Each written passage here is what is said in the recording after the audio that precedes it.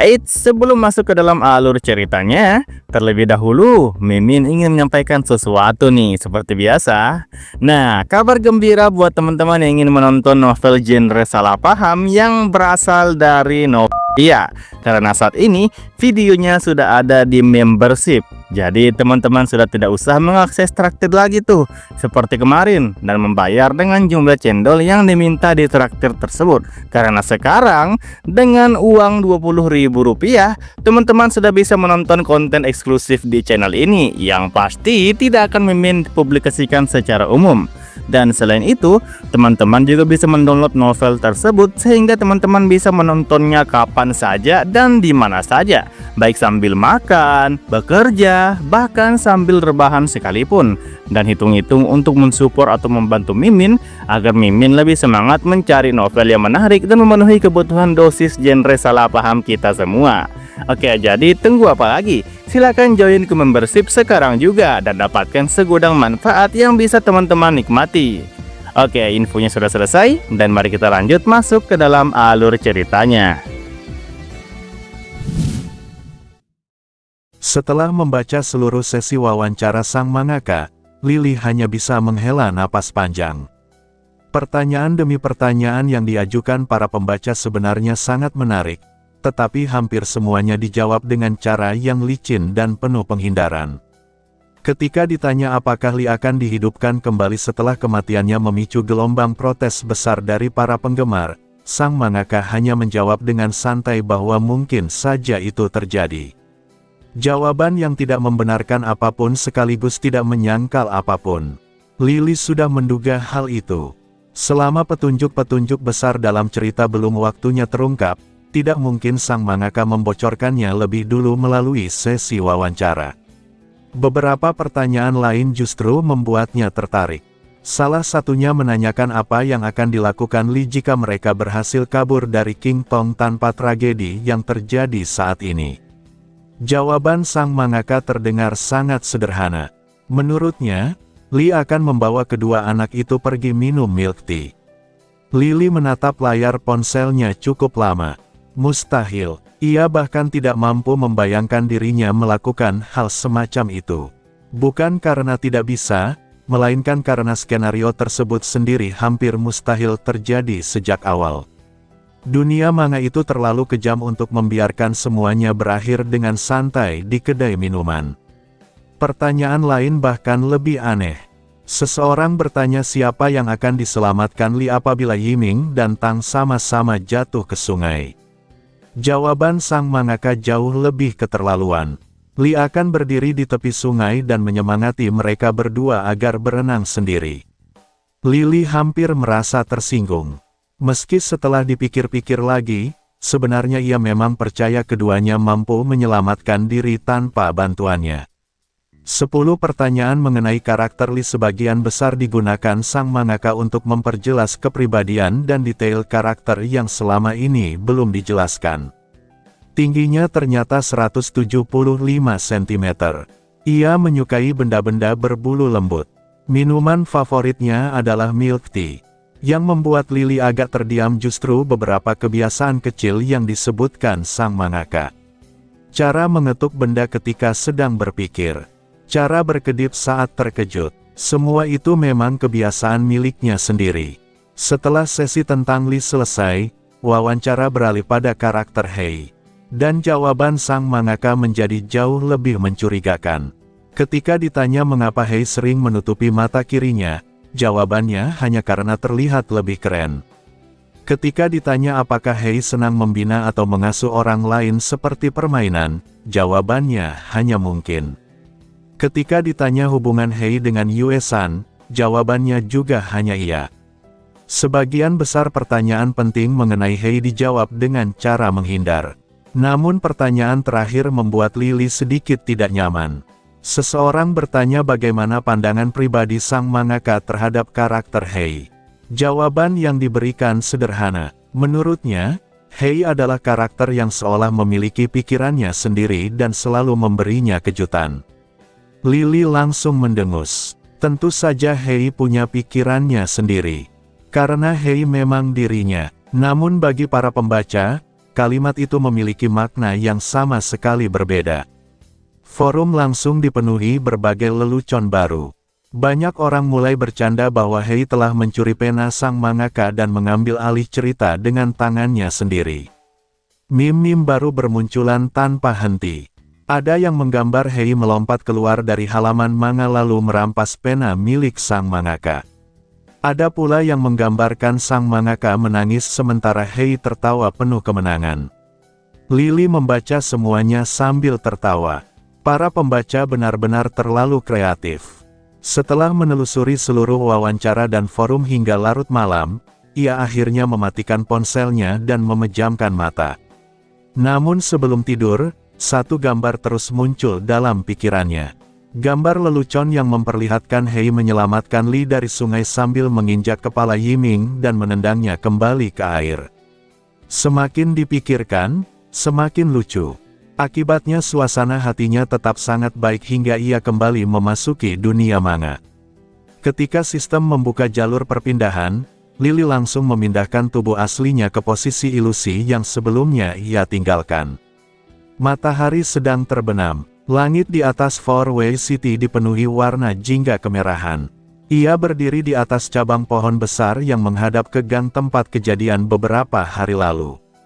Daun-daun musim panas yang lebat ditambah kemampuan ilusinya membuat keberadaannya sama sekali tidak terdeteksi. Tidak lama kemudian suara benturan logam terdengar dari bawah. An Huyu berhasil menusuk targetnya.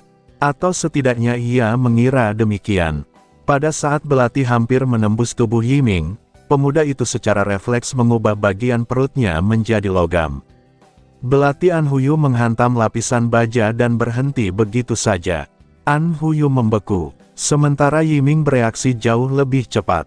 Tinju kirinya menghantam wajah An Huyu dengan keras. Tubuh pemuda bangsawan itu langsung terlempar dan berguling di tanah.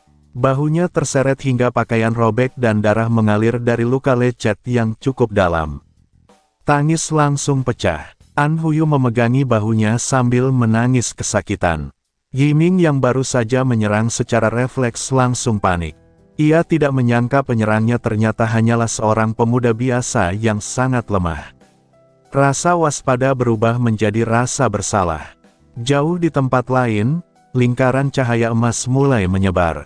Lily mengenali kemampuan itu. An Heyu. Tanpa ragu ia mengeluarkan ponselnya dan mengirim satu pesan singkat. Jangan bergerak, Hei. Beberapa saat kemudian lingkaran emas itu menghilang kembali. Lily hanya bisa memandang datar. An Heyu benar-benar seperti induk ayam yang terlalu protektif.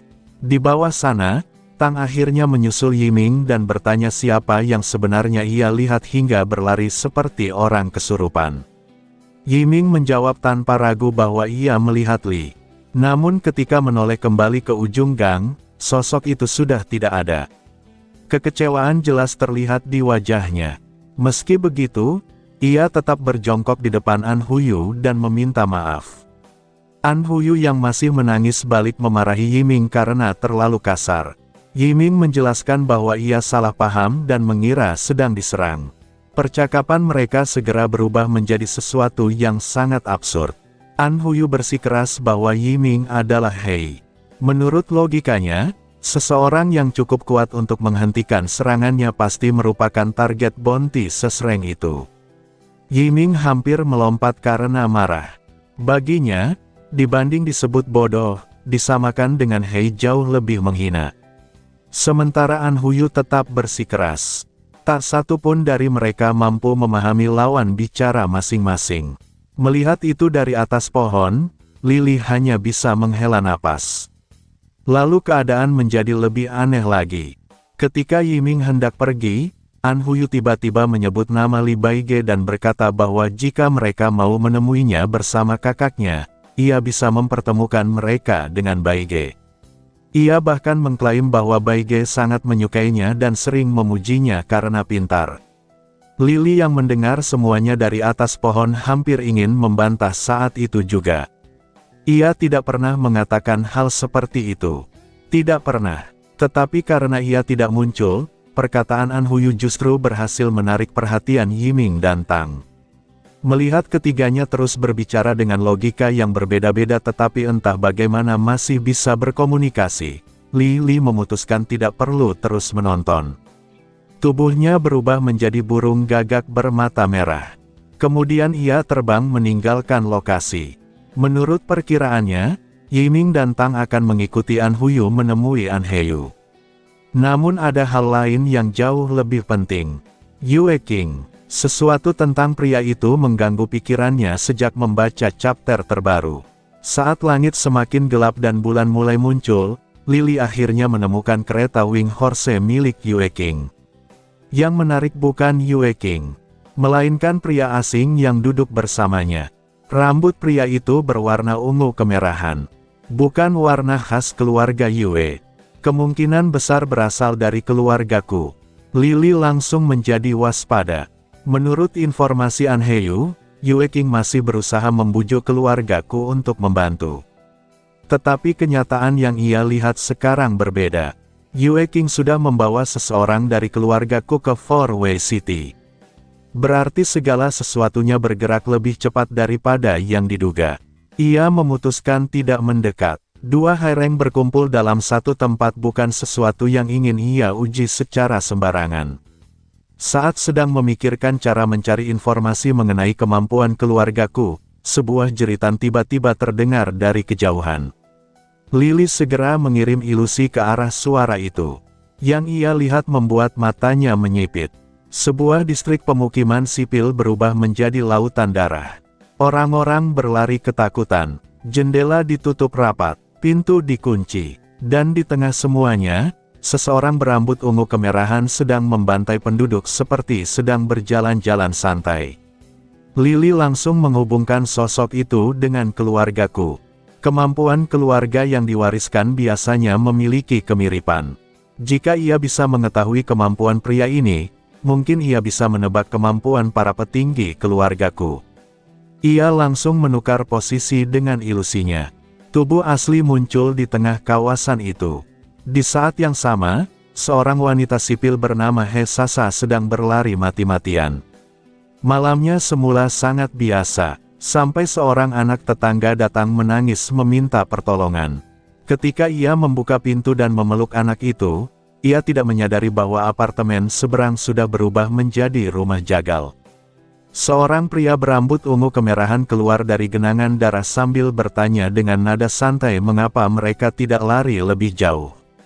Lalu tubuh anak yang berada dalam pelukannya meledak. Sejak saat itu He Sasa hanya tahu satu hal. Lari. Ia berlari tanpa henti. Tetangga yang melihatnya memilih menutup tirai. Tak seorang pun berani membantu. Ketika hampir putus asa, ia melihat seorang pemuda berpakaian biru tua berjalan santai di depan jalan. Pemuda itu tampak seperti mahasiswa biasa yang sedang berjalan malam. He Sasa berteriak menyuruhnya kabur. Tetapi pemuda itu malah terus mendekat. Saat pembunuh itu muncul di ujung jalan, pemuda tersebut justru bertanya dengan santai apa nama keluarganya. Pria berambut ungu menjawab bahwa marganya adalah Ku. Detik berikutnya, benang-benang hitam menyerang. Lalu pemuda itu menghilang. Angin bertiup. Sebuah belati memotong leher pria Ku tersebut. Tubuhnya ambruk ke tanah. Namun Lily tidak merasa puas. Terlalu mudah. Seorang bangsawan keluargaku yang dipercaya Yue King tidak mungkin mati semudah itu. Dan dugaannya benar. Benang-benang hitam mulai bergerak. Darah yang menghitam di tanah berubah menjadi benang yang menjahit kembali luka di leher pria itu. Tubuh yang seharusnya mati perlahan berdiri kembali. Saat itu Lily akhirnya memahami kemampuan lawannya. Darah. Benang hitam itu sebenarnya adalah darah yang teroksidasi. Priaku itu menoleh sambil tersenyum seperti orang gila. Ia bertanya apakah Lily termasuk pahlawan yang suka menyelamatkan orang lain. Lily balas tersenyum. Tatapan merah di balik kacamata hitam bertemu dengan mata lawannya. Ia mengakui satu hal dengan jujur. Ia bukan pahlawan, bukan orang baik, bukan pembela keadilan. Kemudian senyumnya melebar sedikit. Untuk pertama kalinya malam itu, ia mengucapkan sesuatu yang benar-benar berasal dari hatinya. Ia mengatakan bahwa dirinya membenci pria itu. Begitu kata-kata itu jatuh, ilusi menghilang. Benang-benang darah hitam langsung menembus kegelapan dan melesat ke belakangnya. Pertarungan sesungguhnya akhirnya dimulai. Pertarungan di kawasan permukiman Fourway City berlanjut dalam keheningan malam yang menyesakkan. Benang-benang hitam yang dikendalikan pria berambut ungu kemerahan melesat menembus kegelapan, menancap dalam ke batang pohon hias di tepi jalan hingga meninggalkan lubang-lubang kecil. Daun-daun berguguran tertiup angin, berputar perlahan seolah waktu melambat sesaat. Di balik pusaran daun itu, bayangan biru tua milik Hei muncul dan menghilang seperti ilusi yang tidak dapat disentuh. Pria keluargaku segera menyadari sesuatu. Ia tidak tertipu oleh sosok ilusi yang muncul di belakangnya. Dengan keyakinan mutlak, ia justru mengarahkan seluruh serangan ke ruang kosong di sisi jalan. Keputusan itu ternyata tepat. Sosok di belakangnya hanyalah ilusi, sementara tubuh asli Lily memang berada di lokasi yang ia targetkan. Saat itulah Lily memahami kemampuan lawannya. Pria itu mampu melihat menembus ilusi. Ia dapat menemukan tubuh asli di antara puluhan bayangan palsu. Inilah alasan Yue King membawa keluargaku ke Fourway City. Kemampuan mereka adalah musuh alami bagi para pengguna ilusi. Selama lokasi tubuh asli dapat diketahui, kekuatan ilusori reality akan kehilangan sebagian besar keunggulannya. Namun alih-alih panik, Lily justru merasa sangat beruntung. Yang berdiri di depannya hanyalah pengguna kemampuan peringkat C. Ia telah mengetahui kartu truf musuh sebelum harus berhadapan dengan anggota keluargaku yang lebih kuat. Benang-benang darah membentuk sangkar raksasa di sekelilingnya. Jarum-jarum tajam turun dari atas, sementara dinding benang merah hitam menutup semua jalan keluar. Tetapi Lily hanya tersenyum. Dengan ilusori reality yang aktif penuh, konstruksi kemampuan seperti itu tidak dapat menghalangi langkahnya. Kakinya menembus benang-benang darah seolah melewati udara kosong. Tatapan merah di balik kacamata hitamnya memancarkan tekanan yang mengerikan. Saat priaku mundur selangkah, Lily justru berjalan maju. Semua serangan yang dilancarkan lawannya menjadi tidak berarti. Pria itu mulai menarik darah dari mayat-mayat yang telah ia bunuh. Jejak-jejak darah yang memenuhi jalanan terangkat ke udara, berubah menjadi ribuan benang yang menyerang dari segala arah. Namun semuanya sia-sia. Setiap benang yang seharusnya merobek tubuh Lily hanya menembus ruang kosong. Semakin banyak ia menyerang, semakin besar ketakutan yang tumbuh di wajahnya. Lily terus berjalan, perlahan, santai, seolah sedang berjalan-jalan malam, tetapi setiap langkahnya membuat priaku mundur satu langkah lagi. Kemudian Lily mulai memainkan perannya. Dengan suara rendah dan tenang, ia mulai berbicara tentang orang-orang yang pernah dibunuh pria itu. Ia mengatakan bahwa mereka sedang berdiri di sekelilingnya. Mereka sedang mengawasinya. Mereka sedang menunggu. Priaku langsung membeku. Matanya membelalak. Wajahnya berubah pucat. Lily terus berbicara seolah sedang menceritakan dongeng sebelum tidur. Para korban mungkin sudah tidak memiliki wajah yang jelas. Mungkin bentuk tubuh mereka bahkan sudah tidak dapat dikenali. Namun mereka tetap ada. Mereka berdiri mengelilingi pembunuh mereka. Mereka memegang pisau dapur. Dan mereka sedang memotong tubuhnya sedikit demi sedikit. Suara Lily yang tenang berubah menjadi mimpi buruk. Priaku mulai menjerit histeris. Ia berusaha melarikan diri dari ilusi yang memenuhi pikirannya. Tetapi Lily muncul tepat di hadapannya. Untuk pertama kalinya ia mengangkat kacamata hitamnya. Mata merah itu menatap langsung ke dalam jiwa lawannya. Jeritan memekakkan telinga menggema di jalanan. Tubuh priaku terjatuh berlutut. Lengan dan kakinya terpelintir dengan sudut yang tidak wajar seolah telah dicincang oleh sesuatu yang tidak terlihat. Di mata Hesasa yang menyaksikan semuanya, pemandangan itu jauh lebih mengerikan daripada pembantaian yang terjadi sebelumnya. Priaku adalah monster, tetapi sosok yang mengalahkannya terasa seperti iblis yang keluar dari neraka. Ia gemetar ketakutan hingga tidak mampu berdiri. Sementara itu Lily berbalik dan berjalan mendekatinya. Semakin dekat, Semakin dekat, Hesasa hampir menangis. Namun ketika Lily berhenti di depannya, yang keluar hanyalah sebuah peringatan singkat. Ia menyuruh wanita itu bersembunyi di rumah teman untuk sementara waktu dan tidak kembali dulu.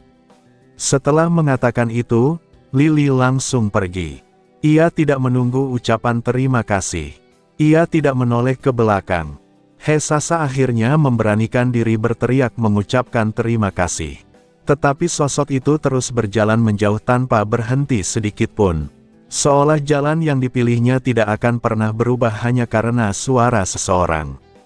Malam yang sama, di sebuah rumah bangsawan milik keluargaan, An Hye-yu sedang duduk bekerja sendirian. Di atas mejanya terbentang berbagai dokumen mengenai aset dan kekayaan keluarga. Tiba-tiba suara yang sangat dikenalnya terdengar dari samping. Lily muncul begitu saja di dekat meja. Dengan senyum khasnya, ia langsung menyatakan bahwa An Hye-yu telah disingkirkan dari lingkaran kepercayaan Yue King. An Hye-yu terkejut, tetapi segera menyadari ada sesuatu yang lebih penting. Ia tidak bertanya tentang Yue King. Ia justru bertanya apa yang dilakukan Lily setelah mengetahui hal itu. Jawaban yang ia terima membuatnya hampir kehilangan ketenangan. Lily dengan santai mengatakan bahwa ia baru saja membunuh seorang anggota keluargaku peringkat C. Ruangan langsung sunyi. An Hye-yu mematung. Beberapa detik kemudian ia memegang dahinya dengan putus asa. Ia memohon agar Lily setidaknya memberitahunya sebelum membuat masalah sebesar itu di masa depan. Namun Lily hanya tersenyum dan menjelaskan bahwa ia kebetulan bertemu orang tersebut lalu menghabisinya karena tidak menyukainya. Mendengar alasan itu, An Hye-yu hanya bisa menyimpulkan satu hal. Hei memang benar-benar orang gila. Meski demikian, kehadiran An Hye-yu sangat membantu. Setelah mengeluh beberapa saat, ia langsung masuk ke mode kerja. Ia mulai mengurus semua konsekuensi yang ditinggalkan Lily. Mulai dari menangani mayat, menyembunyikan jejak, mengumpulkan informasi tentang keluargaku, hingga menyusun cara untuk menyembunyikan insiden tersebut dari Yue King. Sementara An Hye-yu sibuk bekerja tanpa henti, Lily justru duduk santai menikmati milk tea. Di tengah kesibukan itu, An Hye-yu tiba-tiba bertanya apakah Lily sedang melatih An Hye-yu. Lily tidak tahu dari mana kesimpulan itu muncul. Namun ia menjawab dengan cara yang baru dipelajarinya dari sang mangaka. Jawaban ambigu yang bisa berarti apa saja. Ia hanya mengangguk samar. An Hye-yu langsung merasa lega. Baginya, semua tindakan aneh yang terjadi belakangan ini kini masuk akal karena dianggap sebagai bagian dari pelatihan untuk adiknya. Sementara An Hye-yu kembali bekerja dengan tenang, Lily mengirim ilusi gagaknya untuk berkeliling kota mencari tahu apa yang sebenarnya terjadi. Tidak lama kemudian ia menemukan jawabannya. Dan setelah melihatnya, ia hanya bisa menghela napas panjang. Yiming dipukuli lagi. Di sebuah taman kecil pada malam hari, Yiming tergeletak di tanah sementara Tang sedang mengobatinya. Tidak jauh dari sana, An Hye-yu bersembunyi di balik batu sambil memegangi kepala. Di depan mereka berdiri seorang pria kekar yang menantang Yiming dengan penuh percaya diri. Pria itu mengira Yiming adalah Hei. An Hye-yu juga mengira Yiming adalah Hei. Keduanya terus meneriakkan nama itu. Yiming yang sudah menjelaskan berkali-kali akhirnya meledak marah. Ia berteriak bahwa dirinya bukan Hei. Namun tidak ada yang mempercayainya. An Hye-yu bahkan terus menyemangatinya dari belakang batu. Menurutnya, jika Yiming benar-benar Hei, maka ia harus bangkit dan mengalahkan lawannya. Pria kekar itu ikut menambah kekacauan dengan terus memanggilnya Hei. Satu-satunya orang yang marah hanyalah Yiming. Dari kejauhan, Lily menyaksikan semua itu sambil tersenyum santai. Di matanya, semua ini hanyalah latihan. Proses pertumbuhan. Sama sekali tidak ada hubungannya dengan An Hye-yu yang menusuk orang yang salah, lalu membuat Yiming menanggung semua akibatnya. Sama sekali tidak ada. Yiming dan Yan Changqiao masih bertarung sengit di taman kecil Fourway City, sementara jauh di atas mereka, tersembunyi di antara pepohonan, Lily mengamati semuanya dalam diam. Tubuh ilusi gagak yang ia gunakan perlahan berubah menjadi wujud manusia. Mengenakan jaket hitam dan dengan anting liontin biru yang bergoyang pelan di rambutnya, ia berdiri bersandar pada batang pohon, tampak acuh tak acuh meski sebenarnya memperhatikan setiap detail yang terjadi di bawah sana. Yan Changqiao sama sekali tidak menyadari bahwa ia sedang melawan orang yang salah. Di matanya, Yiming adalah Hei yang sengaja meninggalkan kemampuan ilusinya demi bertarung secara langsung. Kesalahpahaman itu justru membuatnya semakin bersemangat. Sebagai seorang maniak pertarungan yang terkenal di Four Way City, ia menganggap duel fisik semacam ini sebagai bentuk penghormatan tertinggi. Dengan otot-otot yang mengencang dan aura bertarung yang menggelegak, ia terus melancarkan serangan demi serangan, sementara Yiming mulai menyadari bahwa tidak ada gunanya lagi menjelaskan. Ia memilih fokus bertahan hidup. Perbedaan kekuatan antara Areng dan Cereng terlalu besar. Setiap pukulan Yan Changqiao membawa tekanan yang cukup untuk menghancurkan batu dan meratakan semak-semak di sekitarnya. Meski Yiming memanfaatkan kemampuan logamnya untuk memperkuat tubuh, setiap benturan tetap membuat organ-organ dalamnya terguncang. Namun perlahan, di tengah tekanan mematikan itu, ia mulai memahami teknik bertarung baru. Ia belajar mengalihkan kekuatan lawan, memanfaatkan momentum serangan musuh, dan mengurangi benturan secara maksimal. Sementara itu, Tang yang berdiri di pinggir medan tempur mulai kehilangan kesabaran pada An Huyu. Setelah mendengar alasan bocah bangsawan itu mengira Yiming adalah Hei hanya karena melihatnya mengejar seseorang yang mirip Li, Tang benar-benar tidak tahu harus marah atau tertawa. Baginya alasan itu terlalu konyol. Namun An Huyu yang selama ini hidup dalam perlindungan kakaknya memang tidak pernah benar-benar memahami dunia luar. Ketika Yiming kembali menerima pukulan telak dan darah menyembur dari mulutnya, Tang tidak bisa lagi tinggal diam. Ia menerobos masuk ke area pertarungan dan menggunakan kemampuan penyembuhannya. Cahaya hijau zamrud menyelimuti tubuh Yiming, memperbaiki luka-luka yang seharusnya membuatnya tumbang. Namun kemampuan itu menguras energi Tang dengan cepat. Wajahnya mulai pucat dan napasnya semakin berat. Yan Changqiao memperhatikan tindakan Tang dengan santai. Ia bahkan mengubah arah tendangannya agar tidak mengenai gadis itu karena ia memiliki prinsip tidak menyerang orang tua, orang sakit, wanita yang tidak bertarung, atau non-pengguna kemampuan. Namun perubahan arah itu justru membuat gelombang kejut serangannya mengarah ke pilar batu tempat An Huyu bersembunyi. Pilar itu hancur seketika, pecahan batu beterbangan ke udara. An Huyu hanya bisa membelalakkan mata ketika melihat kematian hampir menyentuhnya. Namun sebelum gelombang itu mengenainya, Yiming bergerak lebih dulu. Meski tubuhnya sudah penuh luka, ia tetap menerjang ke depan dan melindungi An Huyu. Tubuh mereka berguling beberapa kali di tanah sebelum akhirnya berhenti. Pakaian mahal An Huyu menjadi kotor dan robek, sementara Yiming kembali menahan rasa sakit yang menusuk seluruh tubuhnya. Saat itulah An Huyu mulai menyadari sesuatu. Yiming benar-benar bukan Hei. Jika Hei ada di posisinya, mungkin ia tidak akan repot-repot menyelamatkannya. Kesadaran itu membuat sesuatu dalam dirinya runtuh. Ia mulai mengingat semua hal yang selama ini bergantung pada kakaknya. Semua keputusan yang selalu diambil orang lain untuknya. Semua perlindungan yang membuatnya tidak pernah benar-benar tumbuh. Di sampingnya, Tang yang frustrasi akhirnya meluapkan emosinya. Ia mengatakan bahwa jika An Huyu terus bergantung pada kakaknya, maka ia akan tetap menjadi orang yang tidak berguna selamanya. Tidak ada seorang pun yang bisa menjadi sandaran seseorang untuk selama-lamanya. Kata-kata itu menghantam An Huyu lebih keras daripada pukulan apapun. Ia terdiam. Sementara itu pertarungan mencapai puncaknya. Yiming semakin terdesak. Teknik yang baru saja ia pelajari perlahan mulai dihancurkan oleh kekuatan murni Yan Changqiao. Sang maniak pertarungan bahkan mengakui bakat luar biasa Yiming. Ia mengatakan bahwa anak itu adalah jenius bertarung yang langka dan suatu hari bisa tumbuh menjadi lawan yang bahkan membuatnya kagum. Namun masalahnya, hari itu belum tiba. Dan menurut Yan Changqiao, Yiming akan mati hari ini. Di atas pohon, ekspresi Lily akhirnya berubah dingin. Bayangan belati muncul di tangannya. Ia mulai mempertimbangkan untuk turun tangan.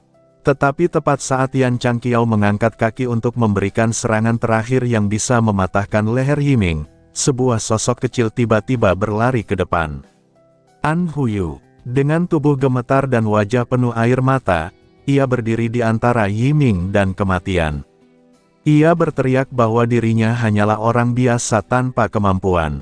Yan Changqiao langsung menghentikan serangannya. Prinsipnya tidak mengizinkan ia membunuh orang seperti itu. Meski gelombang kejut masih melukai sisi tubuh An Huyu, bocah itu tetap memaksa berdiri tegak. Air mata mengalir tanpa henti dari matanya, tetapi kali ini ia tidak mundur. Ia mengatakan bahwa dirinya memang lemah. Ia memang sering membuat masalah. Namun sebagai seorang bangsawan, ia masih memiliki harga diri. Jika ia membuat kesalahan, maka ia akan bertanggung jawab sampai akhir. Untuk pertama kalinya sejak muncul dalam cerita, An Huyu benar-benar bertindak atas kemauannya sendiri. Momen singkat itu cukup. Saat perhatian Yan Changqiao teralihkan, Yiming langsung bergerak. Lengan logamnya berubah menjadi bilah tajam. Ia menerjang ke depan dan menusukkan bilah itu ke pinggang Yan Changqiao. Darah menyembur, waktu seolah berhenti sesaat. Kemudian Yiming menatap lawannya dan mengingatkan kata-kata yang baru saja diucapkan Yan Changqiao. Jika pertarungan ditentukan oleh darah yang tertumpah, maka bukankah hasilnya sudah jelas sekarang? Untuk beberapa detik tidak ada yang bergerak. Lalu Yan Changqiao tertawa. Ia mengakui logika itu. Ia mengakui kekalahannya. Pertarungan yang lahir dari kesalahpahaman akhirnya berakhir. Sebelum pergi, ia menanyakan nama mereka satu persatu. Yiming menjawab. Tang menjawab melalui Yiming. Bahkan An Huyu ikut menyebutkan namanya sendiri. Yan Changqiao berkata bahwa ia akan mengingat mereka. Suatu hari nanti, ketika mereka cukup kuat untuk berdiri sejajar dengannya, ia ingin bertarung lagi. Setelah mengatakan itu, ia pergi begitu saja. Tang hanya mendengus kesal. An Huyu yang masih menangis justru terlihat sangat bahagia ketika mendengar bahwa tindakannya ternyata benar-benar membantu. Untuk pertama kalinya, seseorang mengakui bahwa dirinya berguna. Yiming bahkan berterima kasih kepadanya. Bocah bangsawan itu hampir menangis lebih keras lagi karena kegembiraan. Tang tetap memasang wajah galak sambil mengobati luka-lukanya, tetapi bahkan kemarahannya kini tidak terasa sekeras sebelumnya. Dari atas pohon, Lily mengamati ketiga anak itu beberapa saat. Persahabatan, pertumbuhan, masa muda, semua elemen khas manga shounen yang selalu berhasil membuat pembaca menyukainya. Kemudian ia berbalik dan mengikuti arah kepergian Yan Changqiao. Seperti yang diduganya, pria itu memang sengaja menunggunya di pintu keluar taman. Yan Changqiao langsung mengenali identitas Li Baige. Ia memanggilnya dan mengajaknya bertarung. Namun Lily tidak tertarik sedikit pun. Dengan ekspresi dingin khas Li Baige, ia terus berjalan tanpa menjawab. Yan Changqiao tetap berbicara. Ia menyebut Li Baige sebagai pemburu hadiah terkuat di Four Way City. Ia mengatakan bahwa mereka berdua adalah orang yang sama.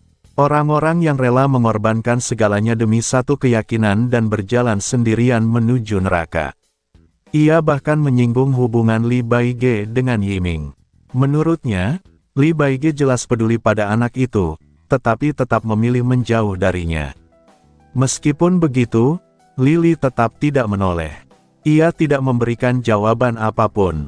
Baginya, seorang pengguna ilusi tidak membutuhkan latihan bertarung brutal seperti yang dilakukan Yan Changqiao dan Yiming. Pria itu memang salah orang. Dan seperti biasa, Lily sangat ahli mengatakan tidak pada hal-hal yang tidak menarik minatnya. Tak lama kemudian, sistem mengumumkan bahwa target pembaruan telah tercapai dan ia kembali ke dunia nyata. Di asrama, kesibukan ujian akhir membuat Lily hampir lupa pada jadwal pembaruan manga. Justru teriakan histeris teman sekamarnya yang mengingatkannya. Teman sekamarnya berteriak bahwa ia sekarang resmi berperang melawan Hei. Dengan bingung, Lily meletakkan lembar rumus yang sedang dipelajarinya dan membuka ponsel. Ia penasaran, apalagi yang dilakukan Hei kali ini sampai para penggemar kembali mengamuk. Setelah kembali ke dunia nyata, Lily langsung membuka chapter terbaru manga yang baru terbit. Bab ini dimulai dengan konsekuensi dari aksi nekat An Huyu yang sebelumnya menusuk Yiming. Sejak awal para pembaca dibuat tertawa karena ternyata An Huyu benar-benar tidak berbakat dalam hal menyakiti orang lain. Banyak komentar memenuhi forum, mempertanyakan bagaimana mungkin seseorang bisa gagal sedemikian parah dalam sebuah penyergapan. Sosok yang semula tampak misterius dan berpotensi menjadi tokoh penting ternyata berubah menjadi bocah bangsawan cengeng yang bahkan tidak mampu melaksanakan rencananya sendiri dengan benar. Manga kemudian menampilkan percakapan lucu antara Yiming, Tang, dan An Huyu setelah semuanya berakhir. Dalam versi chibi yang dibuat sang mangaka, ketiganya justru saling membanggakan hubungan mereka dengan Lee Baige. An Huyu dengan bangga mengklaim bahwa Baige sangat menyukainya dan bahkan memuji kecerdasannya. Yiming langsung membalas dengan mengatakan bahwa Lee sering memujinya dan pernah bertarung bersamanya. Tang tidak mau kalah dan menyatakan bahwa kakak laki-lakinya pernah memberinya permen. Tepat di bawah percakapan itu, sang mangaka menambahkan catatan kecil yang menyatakan bahwa semuanya bohong. Adegan sederhana itu langsung membuat para pembaca tertawa terbahak-bahak. Di mata mereka, ketiga anak itu seperti sedang berebut perhatian dari sosok yang sama tanpa menyadari betapa konyolnya situasi tersebut. Alur kemudian berlanjut menuju perjalanan mereka ke rumah An Huyu. Sepanjang perjalanan, An Huyu terus memanggil Yiming sebagai Hei. Kesalahpahaman itu akhirnya terdengar oleh Yan Changqiao yang kebetulan berada di dekat sana. Seperti yang sudah diketahui Lily, kesalahpahaman tersebut berkembang menjadi pertarungan besar. Para pembaca merasa kasihan sekaligus geli melihat Yiming yang sepanjang hidupnya membenci Hei, namun kini justru dianggap sebagai Hei oleh orang lain. Ketika pertarungan dimulai, fokus manga beralih ke pepohonan di belakang medan pertempuran. Di antara dedaunan yang lebat, sebuah anting liontin biru muncul perlahan. Hanya satu detail kecil itu sudah cukup membuat forum meledak. Para penggemar langsung mengenali keberadaan Lee Baige yang sedang mengawasi dari kejauhan. Sang mangaka menggambarkan sosoknya dengan sangat dramatis. Lee Baige berdiri di atas batang pohon dengan jaket hitam yang sedikit terangkat, memperlihatkan sabuk kulit di pahanya tempat sebuah belati tersimpan. Sarung tangan tanpa jari membungkus tangannya, sementara bayangan hitam seperti kabut menyelimuti seluruh tubuhnya. Dalam panel hitam putih itu, warna mata tidak terlihat jelas, tetapi tatapannya tetap terasa dalam dan misterius. Di tengah kegelapan tersebut, hanya anting biru yang bersinar terang seperti satu-satunya sumber cahaya. Panel berikutnya memperlihatkan sudut pandang Yan Changqiao. Saat ia merasakan niat membunuh dari arah pepohonan, pikirannya langsung menyimpulkan bahwa seseorang yang sangat kuat sedang mengawasinya. Kehadiran Lee Baige yang sebelumnya sama sekali tidak terdeteksi membuat Yan Changqiao merasakan kegembiraan seorang petarung sejati yang menemukan lawan selevel. Semua kejadian berikutnya berjalan sesuai yang pernah disaksikan Lily.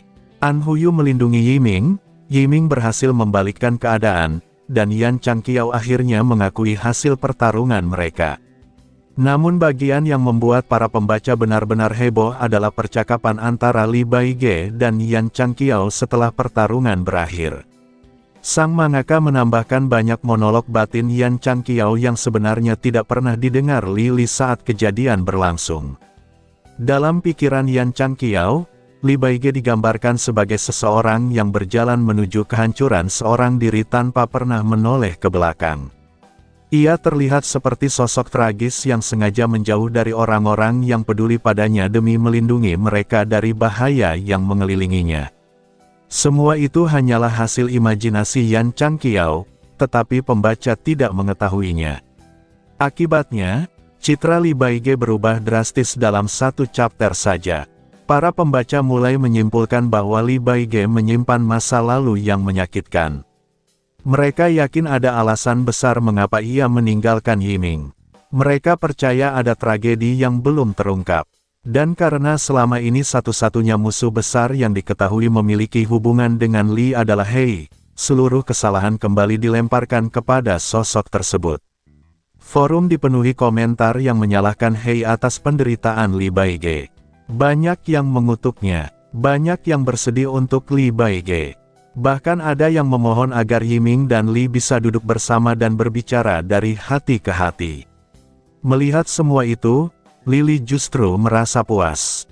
Semakin besar konflik antara Lee Baige dan Hei di mata pembaca, semakin tinggi popularitas kedua identitasnya. Setelah itu cerita kembali mengikuti kelompok Yiming. Mereka memutuskan tidak kembali ke rumah utama keluargaan.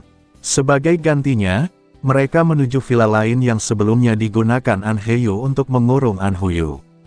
Ketika melihat lokasi villa tersebut pada peta yang ditampilkan manga, Lily langsung menyadari sesuatu. Villa itu berada sangat dekat dengan salah satu kediaman Yue King. Dan di tempat lain, Yu Xiao masih ditahan oleh Yue Fu.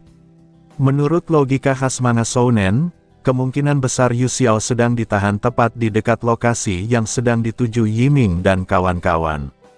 Lily bahkan mulai curiga bahwa inilah awal dari misi penyelamatan Yu Xiao. Meski begitu, ia memilih untuk tidak terlalu memikirkannya. Dalam pikirannya, dirinya hanyalah kakak palsu bagi Yu Xiao, bukan ayah kandung yang harus ikut campur dalam segala masalah bocah itu. Yiming seharusnya mampu menyelesaikannya sendiri. Namun pikirannya tetap kembali kepada An Hyeyu. Jika An Huyu terlibat dalam semua kekacauan ini, maka An Hyeyu pasti akan terseret juga. Dan terlepas dari segala keluhannya, Lily cukup menyukai An Hyeyu. Bagaimanapun juga, pria itu adalah orang yang selalu membantu membereskan masalah yang ia ciptakan. Sambil meminum susu teh instan di asrama, Lily kemudian membuka forum pembaca. Di sana hampir semua topik membahas Lee Baige. Banyak yang yakin bahwa Lee Baige adalah Lee. Banyak teori bermunculan mengenai alasan kepergiannya. Sebagian besar menyalahkan Hei sebagai penyebabnya. Bahkan ada thread khusus yang membahas seluruh kejahatan Hei selama cerita berlangsung. Lily sebenarnya ingin bersantai membaca teori-teori dan karya penggemar. Namun sebelum sempat melakukannya, ponselnya berbunyi. Sebuah pesan muncul dari grup kelas. Dosen aljabar lanjutannya mengumumkan bahwa akan ada kuis mendadak keesokan pagi. Nilainya masuk ke penilaian akhir semester. Dunia seolah runtuh. Dalam sekejap seluruh ketertarikannya terhadap manga menghilang. Ia langsung menutup forum, membuka buku matematika, dan mulai belajar mati-matian. Baginya, pertarungan antar pengguna kemampuan, konspirasi bangsawan, dan pertempuran melawan Hei terasa seperti permainan atau mimpi yang sangat nyata. Namun ujian dan tugas kuliah adalah kenyataan yang jauh lebih mengerikan. Popularitas tidak bisa membantunya mengerjakan soal matematika. Poin popularitas tidak bisa mencegahnya gagal ujian.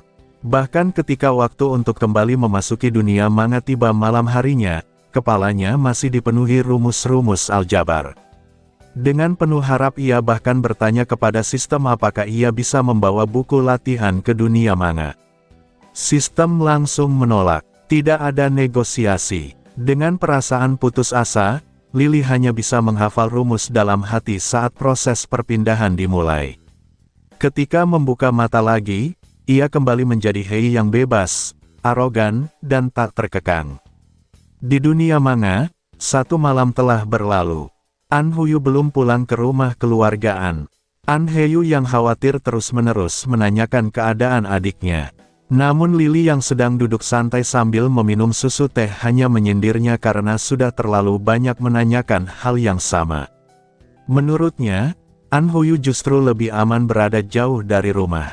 An Hyeyu terlalu tegang dan terlalu protektif. Kali ini kedatangannya ke rumah An Hyeyu bukan sekadar untuk memastikan semuanya aman. Pagi itu Yue King mengirim undangan kepada An Hyeyu untuk bertemu di Heart Square, alun-alun yang terkenal dengan burung-burung merpatinya. Lily akan ikut sebagai Lee Baige. Ia yakin hampir 100% bahwa pertemuan tersebut berhubungan dengan Hei. Saat bersiap berangkat, ia menjentikkan jarinya. Kacamata hitam menghilang. Jaket biru berubah menjadi jaket hitam. Anting biru muncul di telinganya. Dalam sekejap aura Hei yang liar menghilang dan digantikan oleh ketenangan dingin khas Li Baige. Setelah semuanya siap, ia mengajak An Heyu berangkat.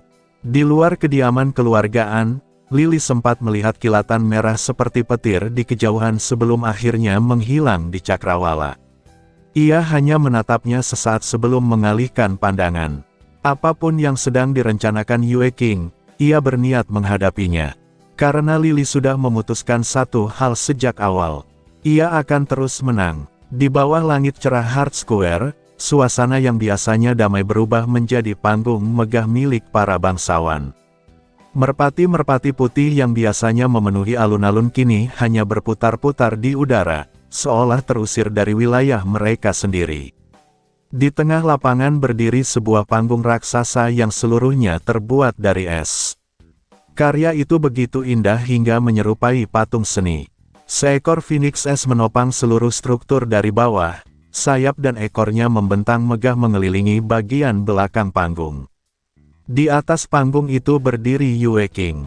Dengan sikap arogan khas bangsawan, ia memanfaatkan kemampuan tingkat es miliknya hanya untuk menciptakan pertunjukan yang memamerkan kekuasaan. Di hadapannya terbentuk kursi-kursi es yang diperuntukkan bagi para tamu penting. Salah satu kursi utama ditempati oleh seorang pria berambut ungu kemerahan yang mengenakan jubah mahal berwarna putih. Mata ungunya menatap kerumunan rakyat biasa di bawah seperti seorang pemburu yang sedang menghitung jumlah hewan buruan.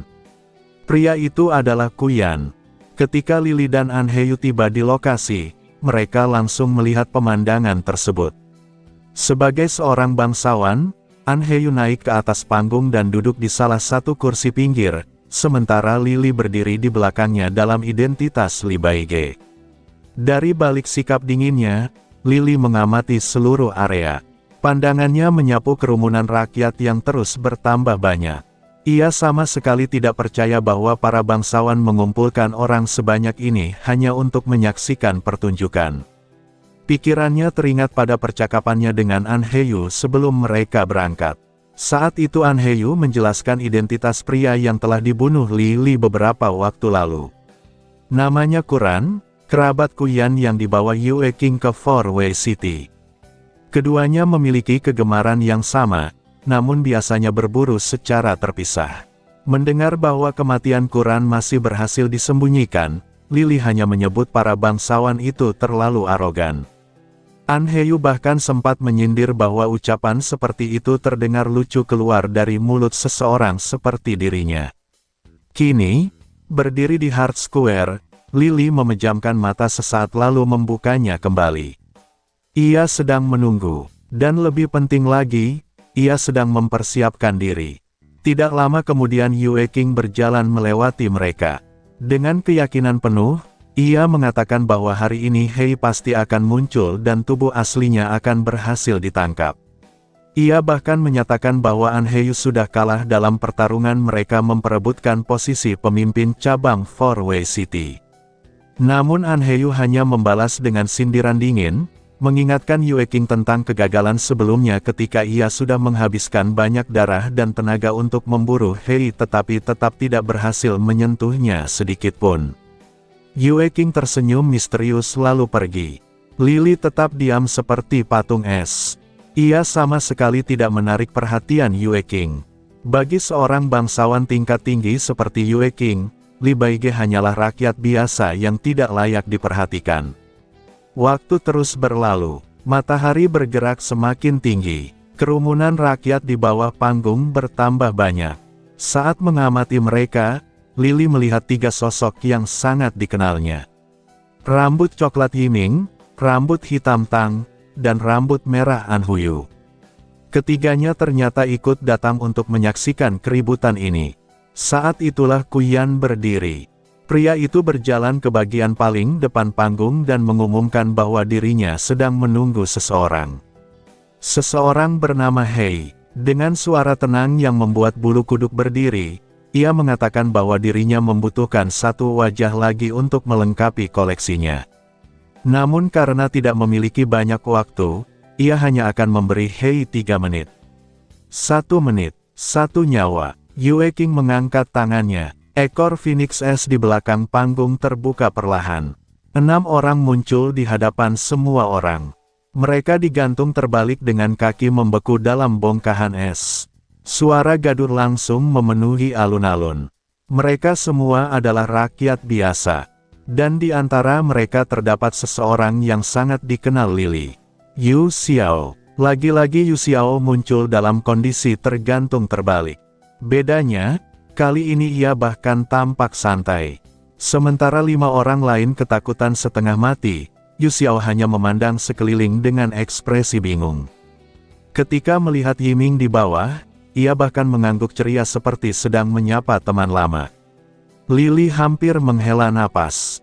Entah bagaimana, orang itu selalu berhasil berada dalam situasi paling berbahaya tanpa terlihat sadar bahwa dirinya sedang berada dalam bahaya. Namun perhatian Lily segera tertuju pada sesuatu yang lebih penting. Semua tawanan memiliki mata merah. Dan fakta itu membuatnya mulai curiga. Tetapi ia masih menunggu. Ia yakin ini belum kartu truf sebenarnya. Di bawah panggung, Yiming hampir berlari maju ketika melihat Yu Xiao. Namun Tang dan An Huyu segera menahannya dari kedua sisi. Mereka tahu betapa besar perbedaan kekuatan antara mereka dan para monster di atas panggung. Sementara itu Kuyan terus menghitung mundur. Ketika hitungan mendekati akhir, ia berjalan menuju Yu Xiao. Ia bahkan memuji warna mata Yu Xiao sebelum menyentuh kelopak matanya. Sebuah benang darah tajam muncul di belakangnya dan menusuk leher Yu Xiao hingga setetes darah mengalir keluar. Namun Yu Xiao tetap tidak mengerti situasi. Ia hanya meminta agar tidak dibunuh. Respons polos itu justru membuat Kuyan tertawa. Benang darah ditarik kembali. Lalu Kuyan berjalan ke depan panggung dan mengumumkan sesuatu yang membuat seluruh suasana berubah. Ia mengatakan bahwa Hei tidak akan datang menyelamatkan siapapun. Bahwa Hei hanyalah sisa ability guild lama yang tidak peduli terhadap nyawa rakyat biasa. Kemudian ia mengeluarkan sebuah tabung nutrisi kecil. Di dalamnya terdapat sebuah tengkorak manusia. Tengkorak milik Prophet, pemimpin spiritual ability guild lama. Orang yang selama hidupnya memperjuangkan kaum rakyat biasa. Kerumunan tidak memahami arti benda itu. Namun beberapa orang memahami dengan sangat baik. Rao Yue membeku sesaat. An Heyu langsung menegang. Dan untuk pertama kalinya sejak tiba, hati Lily benar-benar terguncang. Ia akhirnya memahami alasan kepercayaan diri mereka. Jika Hei benar-benar seseorang yang dibesarkan oleh Prophet seperti latar belakang yang ia ciptakan sendiri, maka penghinaan ini tidak mungkin diabaikan. Kuyan bahkan menyatakan bahwa tengkorak itu akan dilempar ke bawah untuk diinjak-injak ribuan orang. Bagi siapapun yang menghormati Prophet, itu adalah penghinaan yang tak tertahankan. An Heyu diam-diam menoleh ke arah Lily. Tatapannya seolah memohon agar ia tidak bertindak gegabah. Lily membalas dengan ekspresi tenang. Ia memang tidak akan bertindak gegabah. Karena sejak awal ia sudah memutuskan untuk bertindak. Apa yang akan ia lakukan nanti bukanlah impulsif. Itu adalah keputusan yang sudah dipertimbangkan matang-matang. Ia ingin melihat sendiri seberapa jauh kemampuan Ku Clan dalam mendeteksi tubuh aslinya. Ia ingin menguji kemampuan musuh. Dan yang terpenting, ia memang berniat melangkah maju sejak awal. Di bawah panggung, Yiming sedang berada dalam konflik batin. Ia ingin menyelamatkan Yu Xiao. Namun An Huyu dan Tang terus menahannya. An Huyu bahkan menjelaskan bahwa Kuyan adalah monster yang pernah membantai sepertiga rakyat di wilayahnya hanya untuk membuat jalur bagi kereta kudanya. Yiming tahu mereka benar. 3 pengguna kemampuan tingkat tinggi berada di atas panggung. Ia tidak punya peluang, tetapi Yu Xiao adalah temannya. Dan tidak mungkin ia hanya berdiri diam. Ketika harapan mulai memudar dan seluruh alun-alun tenggelam dalam ketegangan, suara rendah yang serak tiba-tiba bergema dari segala arah. Suara itu mengejutkan seluruh kerumunan. Merpati-merpati putih beterbangan panik meninggalkan alun-alun. Semua orang menoleh secara bersamaan. Dari bayangan pepohonan di sisi Hart Square, seorang pria berjalan keluar. Mantel hitam panjang berkibar tertiup angin. Topeng berbingkai perak menutupi sebagian wajahnya. Rambut hitam dan mata merah menyala terlihat di bawah sinar matahari. Senyuman tipis yang sama seperti biasanya tergantung di bibirnya. Dengan langkah santai, ia berjalan di udara menuju panggung. Lalu dengan nada ringan seolah sedang bercanda, ia bertanya kepada Kuyan. Seseorang di sini katanya ingin menghadiahkan tengkoraknya kepadanya. Jadi siapa orang itu? Hei akhirnya muncul. Hart Square berubah menjadi lautan kekacauan sesaat setelah Hei muncul. Suara yang sebelumnya memenuhi alun-alun lenyap seketika, digantikan keheningan yang menyesakkan. Hampir semua orang tanpa sadar menahan napas ketika melihat sosok berambut hitam itu berjalan santai di udara. Cahaya matahari memantul pada topeng berbingkai perak yang menutupi sebagian wajahnya, membuat penampilannya tampak semakin misterius. Di atas panggung es, An Heyyu hampir tidak mampu menahan dirinya untuk tidak menoleh ke belakang. Ia baru saja mendengar Hei berjanji tidak akan bertindak gegabah, namun sekarang sosok itu muncul tepat di depan semua orang. Dalam sepersekian detik ia bahkan tidak bisa memastikan mana yang asli dan mana yang palsu. Apakah Hei yang muncul di udara itu tubuh asli, atau justru sosok yang berdiri di belakangnya selama ini? Ketika ia hampir menoleh, sebuah tangan menghentikannya. Dari sudut matanya, An Heyyu melihat Lily yang berdiri di belakangnya dalam wujud Li Baige. Wajahnya tetap dingin dan tak menunjukkan emosi apapun. Bibirnya bergerak tanpa suara, meminta An Heyyu meminjamkan kemampuannya sebentar. Saat itulah An Heyyu langsung memahami rencananya. Hei yang muncul di hadapan semua orang hanyalah ilusi. Dan seperti biasa, Hei tidak pernah berniat bertarung sendirian bila ada cara yang lebih aman. Domain necromantic prelude milik An Heyyu diam-diam menyebar. Kemampuan itu memungkinkannya mengendalikan mayat yang telah dianalisis olehnya semasa berada dalam wilayah kekuasaannya. Bukan hanya tubuh mereka yang bisa dikendalikan, bahkan kemampuan mereka juga bisa digunakan kembali seolah mereka masih hidup. Tubuh yang ia pilih adalah tubuh Quran. Mayat itu dipindahkan ke udara, tepat di posisi ilusi Hei berada. Di bawah penyamaran ilusori reality milik Lily, tubuh Quran bergerak persis mengikuti gerakan ilusi. Darah buatan juga dibuat mengalir melalui kemampuan Quran sendiri.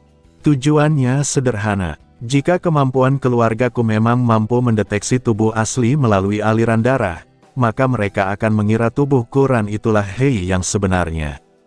Sementara itu Lily sendiri berdiri aman di kursi penonton VIP, menyaksikan semuanya seperti seseorang yang sedang menonton pertunjukan teater. Ia memang telah memutuskan untuk bertindak. Namun bertindak tidak berarti bunuh diri. Menghadapi pengguna kemampuan tingkat S yang juga merupakan counter alami bagi kemampuannya secara langsung adalah tindakan bodoh.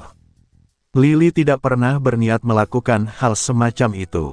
Ia tahu batas dirinya. Melawan Areng mungkin masih bisa dicoba. Namun S-Rank adalah dunia yang berbeda sama sekali.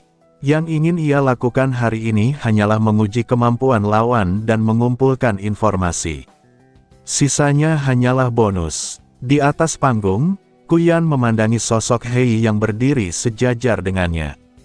Ia memasukkan kembali tabung berisi tengkorak propet ke balik jubahnya lalu tertawa.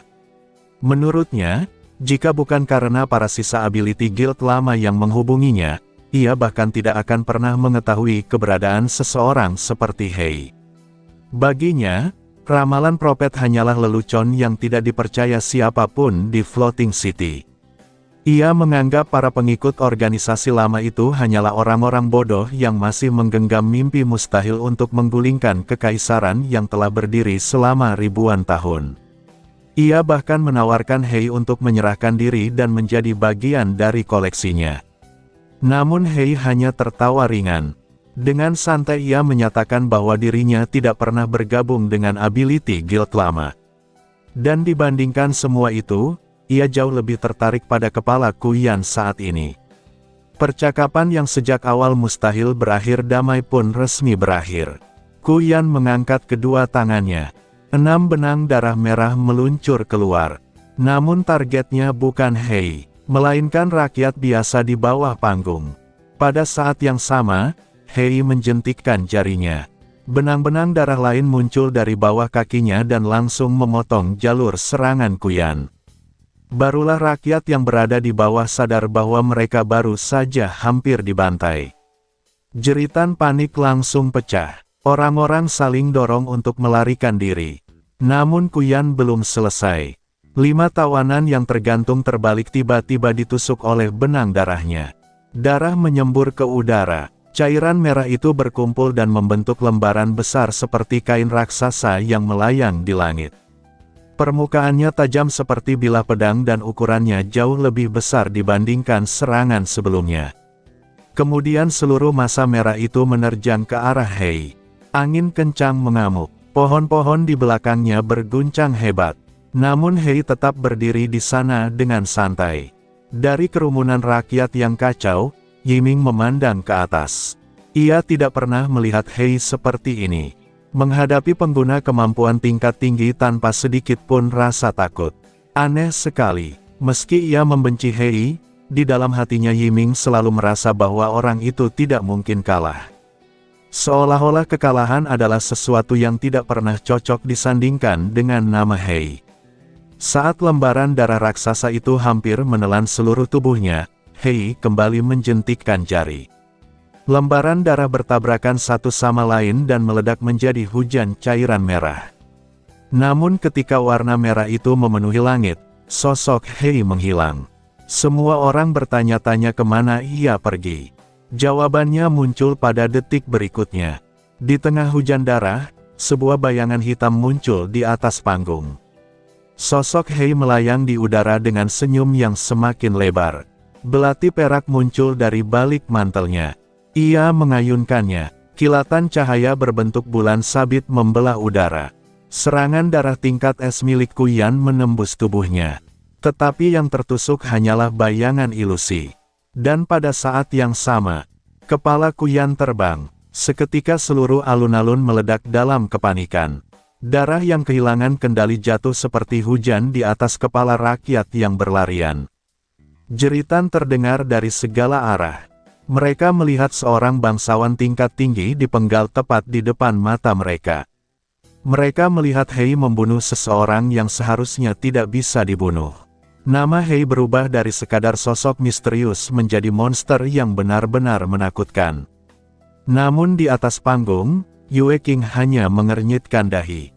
Ia bahkan tidak berdiri, seolah hasil itu memang sudah diperkirakan. Bayangan Hei kembali muncul di depan kepala Kuyan yang terputus. Benang darah milik Kuran mengangkat kepala itu hingga sejajar dengan wajahnya. Dengan senyum tipis, Hei mengingatkan bahwa ia sudah memperingatkan Kuyan sebelumnya. Namun tiba-tiba kepala yang terpisah itu berbicara. Kuyan masih hidup. Benang darah yang nyaris tak terlihat menyambungkan kepala dan tubuhnya. Ia bahkan tertawa semakin keras. Dalam sekejap, benang-benang darah menyembur keluar dari leher yang terputus, menghancurkan kemampuan Kuran dan menyambungkan kembali kepalanya ke tubuh. Luka fatal itu tidak berarti apa-apa baginya. Api ilusi yang mencoba membakarnya juga dipadamkan begitu saja. Ketika kepalanya kembali menyatu, Kuyan menatap Hei dengan senyum penuh keyakinan.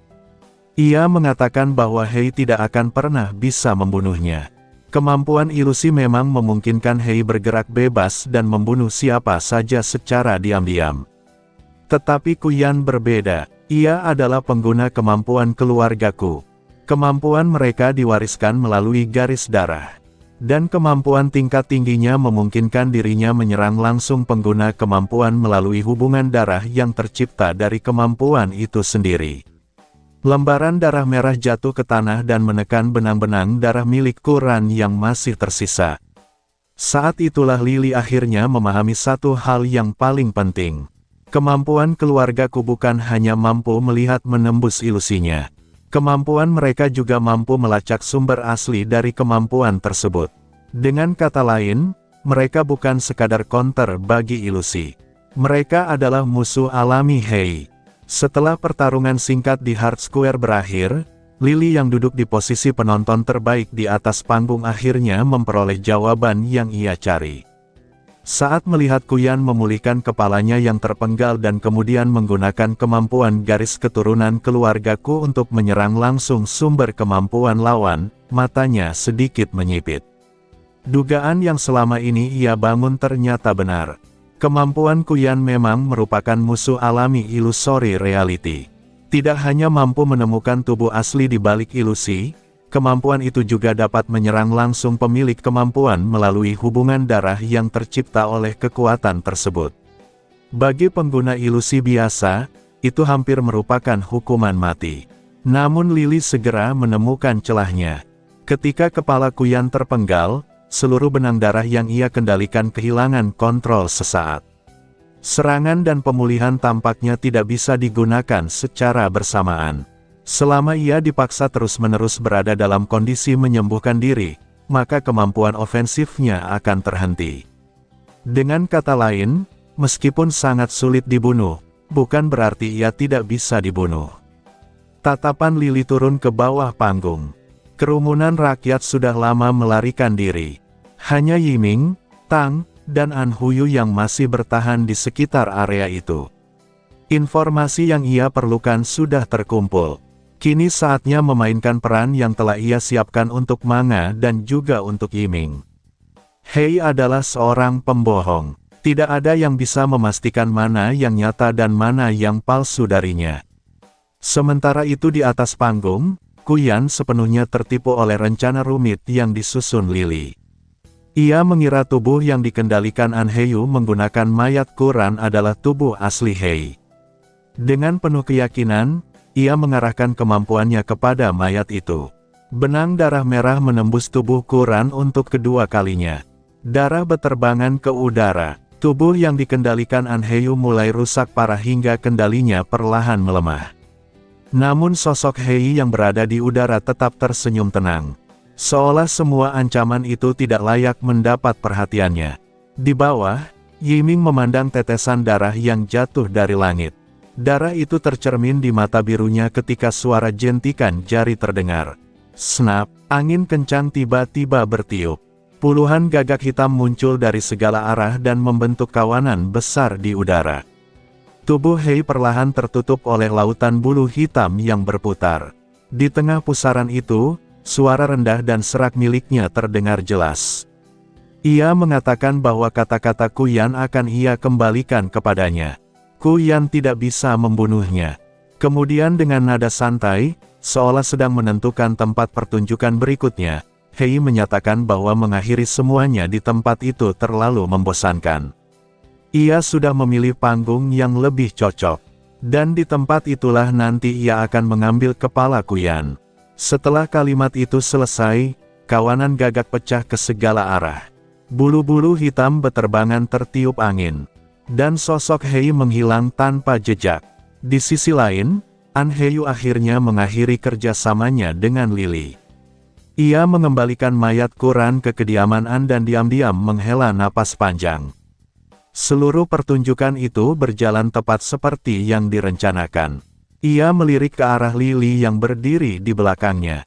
Wajah gadis itu tetap dingin dan tak bersalah, seolah semua kekacauan tadi tidak ada hubungannya dengan dirinya.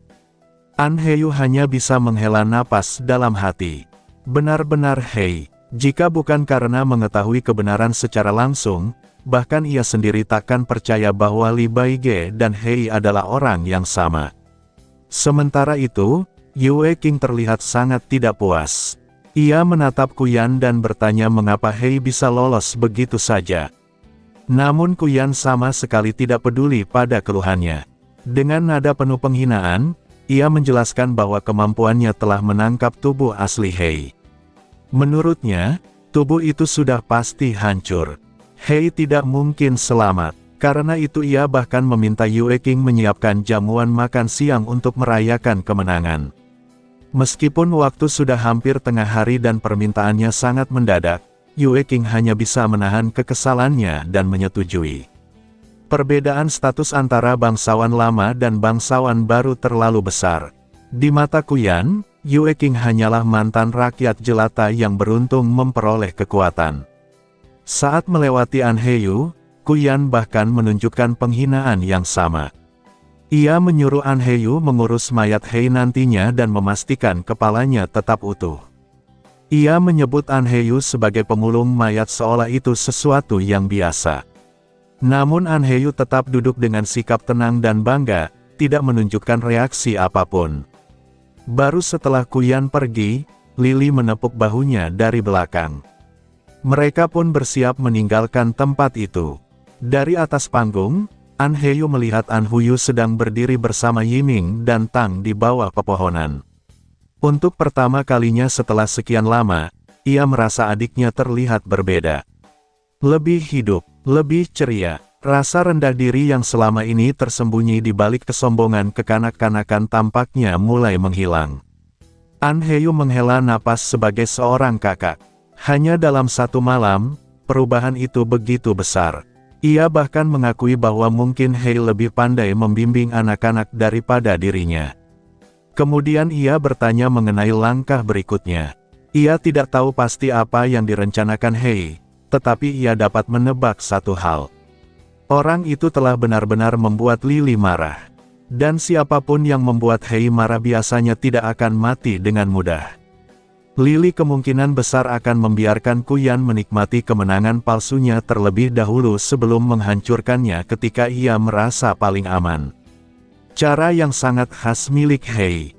Anheyu pernah menyebut Hei sebagai orang gila yang cerdas. Dan sampai sekarang pendapatnya tidak berubah. Hei tetap seorang maniak. Bedanya, ia adalah maniak yang berjalan menuju kegilaan dengan logika yang sempurna. Ketika Anheyu bertanya apa yang akan dilakukan selanjutnya, Lily hanya menjawab dengan singkat. Ia akan memenuhi janjinya. Anheyu menoleh ke belakang. Mata merah dan anting biru itu tampak seperti api dan es yang bercampur menjadi jurang tanpa dasar. Kemudian jurang itu tersenyum. Senyuman jahat yang membuat siapapun merasa tidak nyaman. Di bawah panggung, Yiming masih menatap kosong ke arah tempat kawanan gagak tadi menghilang. Ia merasa seperti gunung yang selama ini berdiri kokoh tiba-tiba runtuh di depan matanya. Namun jauh di lubuk hatinya, ia tetap tidak percaya. Hei tidak mungkin mati. Orang itu seharusnya terus hidup dengan senyum menyebalkannya, terus mengkritiknya, terus memperlakukannya seperti mainan. Anhuyu yang berdiri di sampingnya justru mulai menangis. Menurutnya, mustahil bagi seorang areng seperti Hei mengalahkan Kuyan yang merupakan pengguna kemampuan tingkat S. Bahkan Anheyu pun tidak bisa melakukannya. Namun Yiming tetap menggeleng. Ada sesuatu yang tidak beres. Ia tidak percaya semuanya berakhir seperti itu. Saat itu Tang mengingatkan bahwa Yu Xiao masih berada di tangan musuh. Pembicaraan mereka segera berubah ke misi penyelamatan. Dipimpin oleh Anhuyu, mereka menuju salah satu kediaman keluargaan yang berada dekat dengan rumah keluarga Yue. Di sanalah sebuah jamuan besar sedang dipersiapkan. Ketika memikirkan cara masuk, Yiming mengusulkan penyusupan dari belakang. Tetapi Anhuyu justru mengangkat dagunya dengan bangga. Ia adalah bangsawan. Ia akan menggunakan wajahnya sendiri. Beberapa menit kemudian, Anhuyu mengenakan pakaian formal baru dan berjalan masuk melalui pintu depan dengan dua pengawal di belakangnya, yang sebenarnya adalah Yiming dan Tang yang menyamar. Para pelayan keluarga Yue sudah sangat terbiasa dengan tingkah Anhuyu sehingga mereka membiarkannya masuk setelah melapor kepada atasan. Setelah berputar-putar dan memastikan tak ada orang di sekitar, mereka akhirnya berhenti di sebuah lantai yang sepi. Di sana Yiming berterima kasih dengan tulus. Tang pun mengucapkan hal serupa. Anhuyu yang selama ini kesepian tiba-tiba membeku. Dengan suara pelan ia bertanya apakah ia boleh memberitahu kakaknya bahwa sekarang ia memiliki teman. Yiming langsung tersenyum dan mengatakan bahwa mereka memang sudah berteman. Mendengar itu, Air mata An Huyu kembali mengalir. Namun kali ini bukan karena sedih, melainkan karena bahagia. Sementara mereka berbicara, di lantai bawah, An Heyu baru saja tiba bersama Lily. Sebelum memasuki jamuan, An Heyu menanyakan satu pertanyaan terakhir. Apakah Lily berniat membuat keributan di sana? Lily yang masih mempertahankan persona dingin Lee Baige menjawab jujur. Tergantung situasinya. Jawaban itu membuat An Heyu semakin khawatir. Namun Lily hanya mengingatkannya untuk lebih mengkhawatirkan dirinya sendiri. Karena jika tebakannya benar, jamuan makan siang kali ini akan menjadi sesuatu yang sangat menarik. Dan untuk pertama kalinya sejak tiba di sana, ia benar-benar menantikannya. Setelah memasuki villa keluarga Yue, An Heyu masih tidak bisa menghilangkan kegelisahannya. Sebelum mereka benar-benar bergabung dengan jamuan makan, ia kembali memperingatkan Lily. Menurutnya, Kuyan kemungkinan besar akan memamerkan koleksi pribadinya malam itu.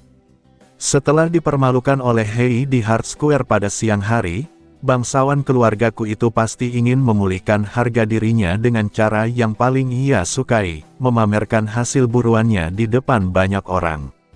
Yang paling dikhawatirkan An Heyu adalah kemungkinan Kuyan memajang tengkorak sang nabi atau tokoh-tokoh penting dari Ability Guild lama. Jika itu terjadi, bahkan seseorang seperti Hei mungkin akan kehilangan kendali. Namun Lily hanya berjalan melewatinya tanpa banyak reaksi. An Heyu memandang punggungnya beberapa saat sebelum menyerah. Ia hanya meminta satu hal.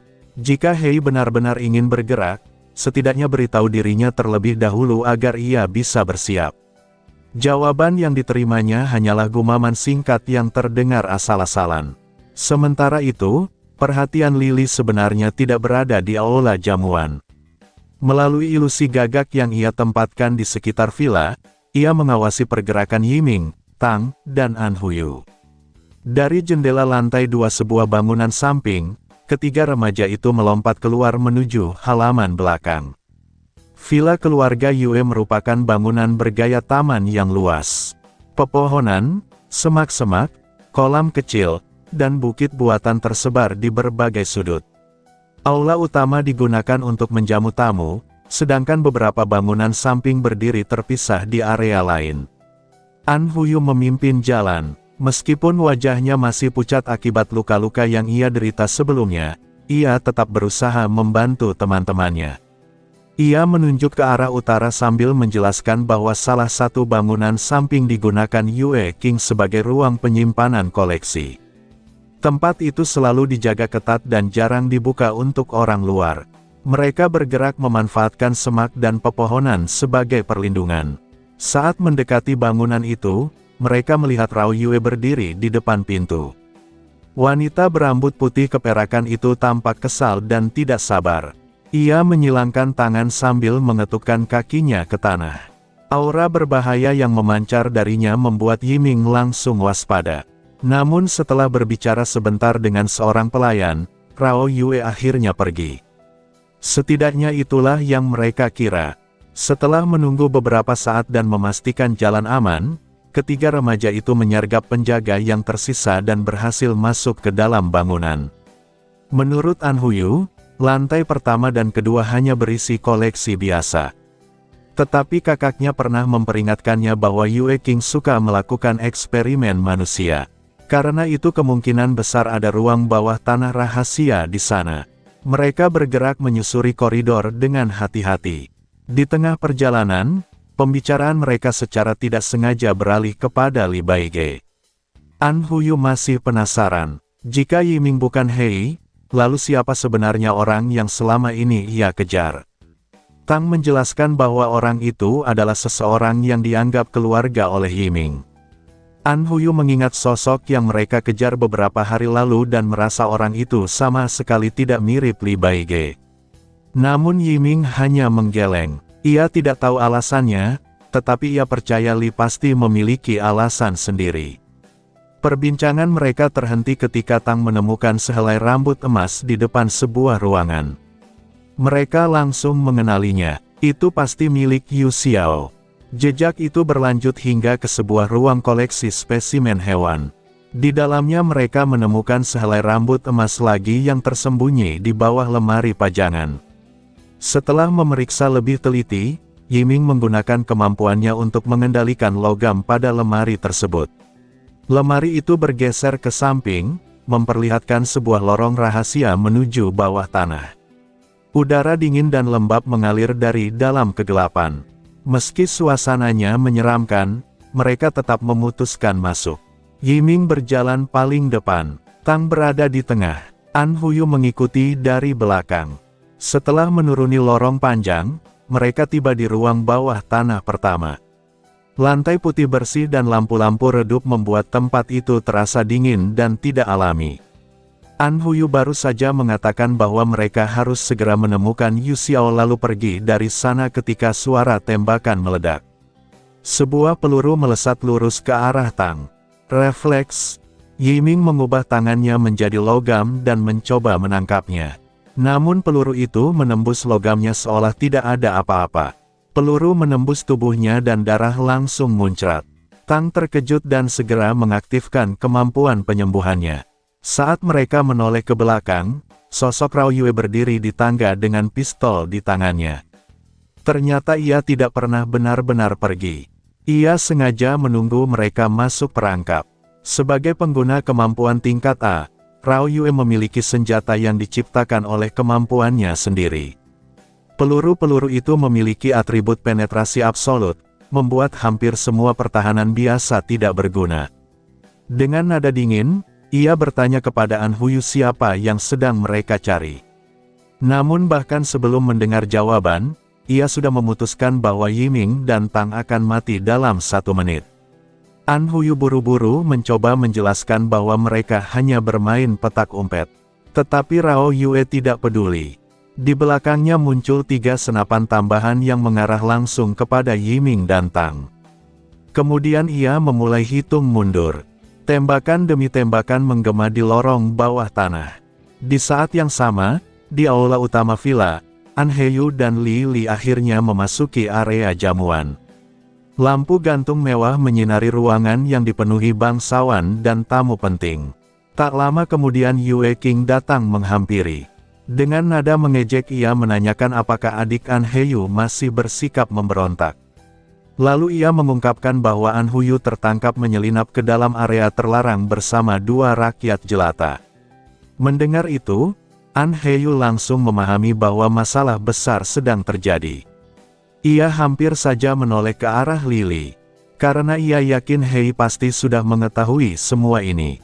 Mungkin bahkan ini bagian dari rencananya. Sebelum ia sempat bereaksi, Yue Fu ikut menyela sambil menyebut An Huyu sebagai anak lemah yang merepotkan. Mata emas An Heyu langsung menjadi dingin. Namun situasi berubah ketika Kuyan datang. Alih-alih membiarkan Yue Fu pergi, Kuyan memerintahkan Yue King sendiri untuk memeriksa masalah tersebut. Meskipun tampak enggan, Yue King tidak berani membantah. Bagi Kuyan, Yue King tetaplah bangsawan baru yang berasal dari rakyat biasa. Ia tidak memiliki hak untuk bersikap seenaknya di hadapan bangsawan lama. Setelah Yue King pergi, Kuyan justru mengalihkan perhatiannya kepada An Heyu. Dengan nada merendahkan, ia membandingkan An Heyu dengan kedua orang tuanya yang dulu sangat dihormati. Menurutnya, An Heyu hanyalah generasi gagal yang menyia-nyiakan kemampuan necromantic prelude. Lili yang berdiri di belakang diam-diam memperhatikan. Ia penasaran bagaimana reaksi An Heyu. Apakah ia akan menelan penghinaan itu seperti sebelumnya? Ternyata tidak. Untuk pertama kalinya, An Heyu membalas. Dengan senyum sopan, ia berkata bahwa seseorang yang membiarkan kepalanya dipenggal oleh pengguna kemampuan areng di depan umum juga tidak terlihat terlalu berguna. Serangan balik itu tepat sasaran. Ekspresi Kuyan sempat berubah. Lalu ia tertawa keras. Setelah itu ia hanya mengatakan bahwa An Heyu tidak buruk, sebelum berjalan pergi menuju lantai atas. Begitu Kuyan menghilang, topeng tenang An Heyu langsung runtuh. Ia berbalik kepada Lili. Kali ini ia tidak berbicara sebagai bangsawan. Ia berbicara sebagai seorang kakak. Ia memohon agar Lily membantunya sekali lagi. Lily tentu saja sudah berniat bergerak sejak awal. Namun ia tidak langsung menjawab. Ia melangkah mendekat lalu berbisik bahwa ia berharap ini menjadi terakhir kalinya An Hye-yu meminta bantuan karena alasan seperti itu. Setelah mengatakan itu, ia berpura-pura pergi ke kamar kecil. Namun begitu mencapai titik buta dari pandangan orang lain, tubuhnya menghilang. Ketika muncul kembali, ia sudah berdiri di jalan berbatu halaman belakang. Senyum dingin Lee Baige perlahan berubah menjadi senyum jahat milik Hei. Ia menghela napas pelan. Ia sungguh berharap ini menjadi yang terakhir kalinya. Setelah semua selesai, ia hanya ingin menikmati secangkir milk tea dengan tenang. Sementara itu di ruang bawah tanah, tembakan masih terus menggema. An Hye-yu berteriak panik saat peluru-peluru berbahaya melintas di dekat tubuhnya. Yiming menggunakan kemampuan logamnya untuk membentuk dinding sebagai perlindungan. Namun peluru Rao Yue menembus penghalang itu dengan mudah, menghancurkan dinding logam dan membuat lorong bergetar hebat. An Hye-yu menangis sambil berteriak bahwa ia benar-benar bisa mati jika terus begini. Tetapi Rao Yue tidak menunjukkan belas kasihan sedikitpun. Ia bahkan mengarahkan senjatanya ke Tang tanpa peduli apakah An Hye-yu ikut terkena atau tidak. Yiming yang melihat itu hampir meledak oleh amarah. Namun sebelum peluru berikutnya mengenai sasaran, es tiba-tiba muncul dari lantai dan membekukan proyektil tersebut di udara. Kemampuan Rao Yue langsung ditekan oleh kekuatan yang lebih tinggi. Di ujung tangga berdiri Yue King. Di belakangnya ada Yue Fu. Rao Yue segera memberi hormat. Yue Fu mengeluh bahwa ia sudah memperingatkan semua orang mengenai temperamen buruk Rao Yue. Yue King mengabaikan komentar itu. Ia memerintahkan Yue Fu untuk membawa An Hye-yu ke atas. Sedangkan Yiming dan Tang boleh dibunuh sesuka hati oleh Rao Yue. Namun yang paling mencurigakan adalah satu hal. Meskipun sudah tiba di lokasi, Yue King tetap berdiri di pintu masuk lorong. Ia sama sekali tidak berniat turun ke ruang bawah tanah. Seolah-olah, ia sedang menghindari sesuatu. Atau lebih tepatnya, menunggu sesuatu muncul dari kegelapan di bawah sana. Setelah Yue King memerintahkan Yue Fu membawa An Hye-yu pergi dan membiarkan Rao Yue membunuh Yiming serta Tang sesuka hati, suasana di ruang bawah tanah menjadi semakin mencekam. Yue Fu menuruni tangga dengan langkah santai, seolah semua yang terjadi hanyalah permainan kecil yang membosankan baginya. Saat mendekati An Hye-yu yang masih terjerat tanaman merambat, Yue Fu berkata bahwa selama An Hye-yu bersikap patuh, ia tidak akan menyakitinya. Tanaman-tanaman berduri tumbuh dari lantai di depan wajah An Hye-yu seperti taring binatang buas yang siap menerkam. Namun untuk pertama kalinya, An Hye-yu tidak menunjukkan ketakutan atau kepengecutan seperti biasanya. Wajahnya masih dipenuhi air mata, tetapi matanya menatap Yue Fu dengan kemarahan yang belum pernah terlihat sebelumnya. Ia mengakui dirinya lemah. Ia tahu dirinya hanyalah seorang non-ability user yang tidak berguna. Tetapi ia tidak bisa menerima siapapun meremehkan kakaknya. Semua emosi yang selama ini ia pendam akhirnya meledak keluar. Di dalam ingatannya, An Hye-yu selalu menjadi sosok yang berdiri di depan dirinya ketika dunia runtuh. Ketika keluarga mereka hancur dalam semalam, ketika orang tua mereka menghilang dalam kobaran api, ketika seluruh kehormatan keluargaan hampir lenyap, An Hye-yu lah yang berdiri menopang semuanya seorang diri. An Hye-yu menjaga keluarga mereka. An Hye-yu melindunginya. An Hye-yu mengusir para serigala yang mengincar kehancuran keluarga mereka. Bagi An Hye-yu, kakaknya adalah orang terkuat di dunia. Karena itu ia berteriak marah kepada Yue Fu dan Yue King. Ia mengatakan bahwa Yue King hanyalah rakyat biasa yang memperoleh kekuasaan dengan mengkhianati tuannya sendiri. Menurutnya, Yue King sama sekali tidak pantas dibandingkan dengan An Hye-yu. Ucapan itu membuat ekspresi Yue King langsung membeku. Tanaman merambat membelit tubuh An Hye-yu semakin erat hingga tubuhnya terangkat dari lantai. Yue Fu sebenarnya tidak peduli dengan omelan seorang anak kecil.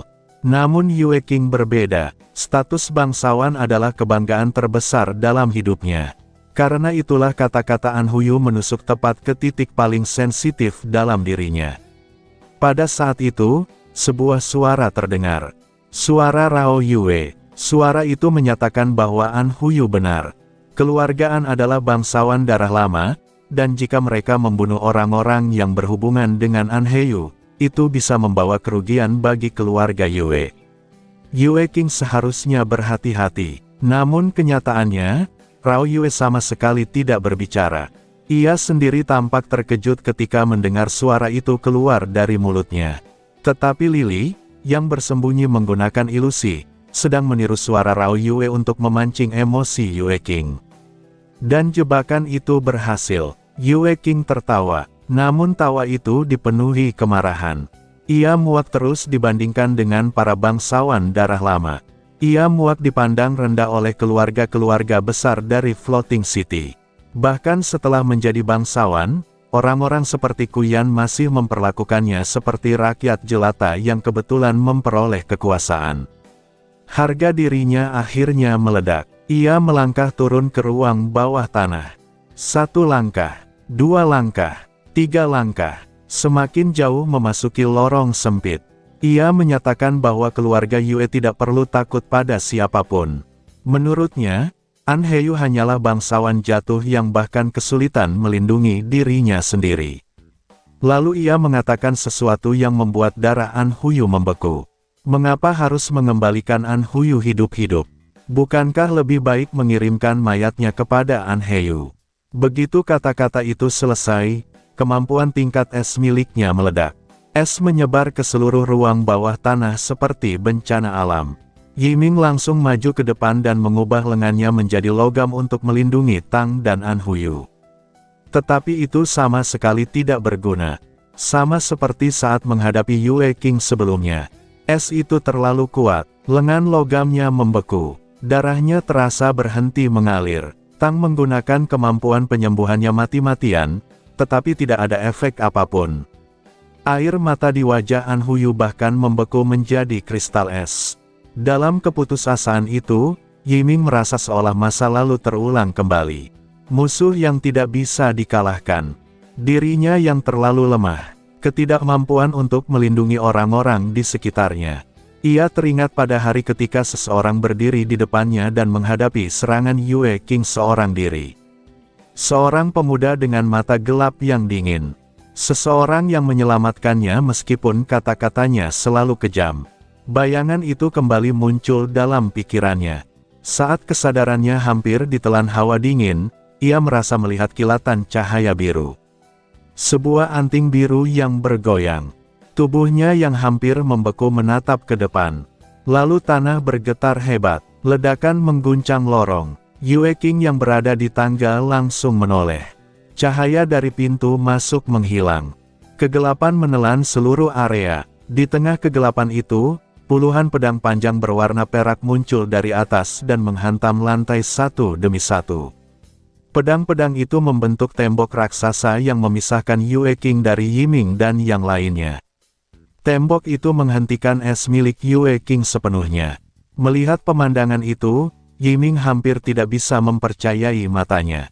Seolah-olah kejadian di markas King Tong terulang sekali lagi. Sekali lagi seseorang berdiri di antara dirinya dan bahaya. Sekali lagi seseorang melindunginya. Dengan suara serak, ia memanggil sosok yang tidak terlihat itu. Ia bertanya apakah orang itu kembali melindunginya. Ia memanggilnya, saudara. Dan untuk pertama kalinya, Yiming berharap orang itu tidak pergi lagi. Sementara itu, di balik semua kegelapan tersebut, Lily sedang menjalankan rencananya. Ia tahu dirinya tidak mungkin mengalahkan Yue King secara langsung. Perbedaan antara B rank dan S rank terlalu besar. Namun Lily adalah seorang oportunis. Ia memanfaatkan informasi yang pernah diperolehnya dari Yue San. Yue King memiliki klaustrofobia. Ia sangat takut pada ruang sempit dan tertutup. Karena itu dulu ia menghancurkan villa ketika bertemu Hei. Karena itu ia selalu menghindari tempat sempit. Karena itu pula ia enggan memasuki ruang bawah tanah sejak awal. Lily sengaja memancing emosinya menggunakan suara raw Yue. Ia sengaja membuat Yue King turun lebih dalam ke lorong. Dan ketika Yue King berada cukup jauh di dalam ruang tertutup, Lily menggunakan ilusi untuk menyelimuti seluruh area dengan kegelapan total. Bagi Yue King, itu seperti mimpi buruk. Ia tidak lagi terlihat seperti bangsawan yang elegan. Wajahnya pucat, keringat membasahi rambutnya, tubuhnya gemetar. Ia tersandung tangga dan jatuh menghantam dinding. Dengan panik ia berteriak agar seseorang melepaskannya. Ia menyerang ke segala arah menggunakan kemampuan esnya. Tetapi semua itu sia-sia. Lily bersembunyi di dalam kegelapan, mengamati kehancuran mentalnya. Ia tidak perlu mengalahkan Yue King. Ia hanya perlu membiarkan ketakutan Yue King menghancurkannya sendiri. Tepat ketika Lily hendak menambah tekanan dan mendorong Yue King menuju kehancuran total, suara sistem tiba-tiba muncul. Target pembaruan manga telah tercapai. Saluran perpindahan dunia dibuka. Lily hampir tidak percaya. Ia sangat marah. Untuk pertama kalinya ia benar-benar ingin membongkar sistem itu dan melihat apa yang ada di dalam kepalanya. Kenapa harus sekarang? Pada saat paling penting. Karena kehilangan fokus sesaat, Yue King sempat menyentuh kaki kanannya. Rasa dingin menjalar ke atas. Lalu dunia berubah. Dalam sekejap ia kembali ke dunia nyata. Lily membuka matanya di kamar asrama. Dengan kesal ia menghantam meja. Teman sekamarnya yang sedang duduk di belakang bahkan terkejut sampai melompat. Ketika ditanya siapa yang membuatnya begitu marah, Lily menjawab dengan wajah muram bahwa penyebabnya adalah ujian besok pagi. Ia baru saja terlibat dalam pertarungan psikologis melawan pengguna kemampuan tingkat S, tetapi semua ketegangan itu langsung berubah menjadi kecemasan akademik saat melihat slide PPT dan rumus-rumus matematika di layar laptopnya. Teman sekamarnya mengeluh bahwa dosen mereka benar-benar keterlaluan karena mengumumkan ujian mendadak sehari sebelumnya. Lily hanya menghela napas panjang. Ia mengambil gelas untuk minum dan menenangkan diri sebelum kembali belajar semalaman. Namun ketika mencoba berdiri dari kursinya, sesuatu yang aneh terjadi. Saat menumpukan berat badannya pada kaki kanan, kaki yang baru saja tersentuh Yue King di dunia manga, tubuhnya kehilangan keseimbangan. Gelas di tangannya terlepas. Suara pecahan kaca bergema di seluruh kamar. Dan untuk sesaat, jantung Lily berhenti berdetak normal. Karena kejadian itu tidak seharusnya mungkin terjadi. Setelah kembali ke dunia nyata, Lily masih memikirkan kejadian di ruang bawah tanah ketika Yue King hampir membekukan kakinya. Teman sekamarnya yang terkejut karena gelas pecah segera menghampirinya dan bertanya apa yang terjadi. Lily hanya mengatakan bahwa gelas itu terlepas dari tangannya, tetapi pikirannya sebenarnya tertuju pada sensasi aneh yang masih tersisa di kaki kanannya. Saat mencoba berdiri sebelumnya, kaki itu terasa kaku dan mati rasa seolah-olah benar-benar membeku. Namun tidak ada luka fisik apapun. Tidak ada bekas radang dingin. Tidak ada kerusakan jaringan, tidak ada tanda bahwa tubuhnya mengalami cedera. Sensasi itu terasa berbeda, bukan seperti luka pada tubuh, melainkan seperti sesuatu yang menyentuh bagian terdalam dirinya. Ketika rasa kaku itu perlahan menghilang setelah sekitar setengah menit, Lily duduk kembali di mejanya. Alih-alih membuka PPT atau melanjutkan belajar, ia menulis sebuah pertanyaan di buku catatannya dan menunjukkannya kepada sistem. Ia bertanya apakah kejadian itu disebabkan oleh sistem. Jawaban yang muncul segera mengonfirmasi dugaannya. Sistem menjelaskan bahwa melindungi jiwa pengguna selama proses perpindahan dunia memang merupakan bagian dari tugasnya. Mata Lily langsung berbinar. Ia akhirnya memahami sesuatu yang selama ini tidak ia ketahui. Kemampuan Yue King bukan sekadar es biasa. Efek tambahannya ternyata berhubungan dengan jiwa. Kemampuan itu mampu membekukan jiwa target. Itulah sebabnya setiap kali ia berhadapan dengan Yue King dan kembali ke dunia nyata, ia selalu merasakan hawa dingin yang tidak bisa dijelaskan. Selama ini ia mengira itu hanya ilusi atau sisa emosi dari dunia manga, Tetapi sekarang ia tahu bahwa serangan Yue King memang benar-benar mengenai jiwanya. Sistemlah yang selama ini menghapus pengaruh tersebut. Penemuan itu membuat Lily sangat puas. Bahkan rasa kesalnya karena dipaksa keluar dari dunia manga pada saat kritis pun perlahan menghilang. Karena sekarang ia memiliki informasi yang jauh lebih berharga daripada sekadar mengalahkan Yue King saat itu juga. Ia mulai memikirkan kemampuan Kuyan. Kemampuan Kuyan berkaitan dengan darah, kehidupan, dan secara tidak langsung jiwa. Jika Yue King dapat mempengaruhi jiwa, maka mungkin ada hubungan yang bisa ia manfaatkan. Sebuah rencana baru mulai terbentuk di kepalanya. Rencana yang menurutnya jauh lebih menarik daripada sekadar membunuh Yue King. Setelah itu hari-harinya kembali dipenuhi oleh kenyataan yang kejam. Belajar semalaman, menghadapi ujian, menjalani kehidupan mahasiswa yang menyesakkan. Sampai akhirnya hari pembaruan manga tiba. Tengah malam, Lily membuka chapter terbaru dan mulai membaca. Sebagian besar isi chapter merupakan peristiwa yang sudah ia alami sendiri. Manga menggambarkan bagaimana para bangsawan menggunakan warga sipil dan peninggalan guild kemampuan lama untuk memancing Hei keluar. An Huyu kembali menjelaskan sejarah guild kemampuan lama kepada para pembaca, sehingga untuk pertama kalinya latar belakang organisasi itu dijelaskan dengan rinci. Para pembaca mulai menyadari bahwa organisasi tersebut memiliki hubungan erat dengan Hei. Komentar-komentar pun bermunculan tanpa henti. Banyak pembaca mulai mempertanyakan apakah Hei benar-benar hanya seorang pengguna kemampuan areng. Karena yang mereka lihat adalah seseorang yang menghadapi 3 pengguna kemampuan tingkat tinggi sekaligus dan tetap mampu memenggal kepala Kuyan di depan semua orang. Ketika adegan Hei memenggal Kuyan muncul, kolom komentar benar-benar meledak. Para pembaca yang sebelumnya membenci Hei mulai goyah. Sebagian mengakui keberaniannya, sebagian lagi menganggapnya terlalu luar biasa untuk ukuran seorang areng. Bahkan setelah Kuyan melakukan serangan balasan, manga hanya memperlihatkan sedikit darah keluar dari tubuh Hei. Tidak ada tanda kepanikan, tidak ada tanda kelemahan. Ia masih tersenyum seperti biasa. Senyuman arogan yang membuat banyak pembaca frustrasi sekaligus terpesona. Lalu manga memperlihatkan kembali kisah keluargaan. An Huyu menjelaskan bagaimana keluarganya pernah menjadi keluarga bangsawan darah lama yang sangat berpengaruh sebelum semuanya runtuh dalam semalam. Banyak pembaca mulai bersimpati kepada An Huyu dan An Heyu. Sementara itu, adegan di ruang bawah tanah menjadi klimaks chapter.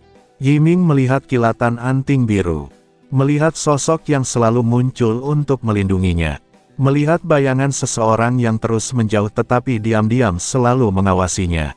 Adegan itu berakhir tepat ketika Yiming memanggil satu kata, "Saudara," dan manga dipotong di sana.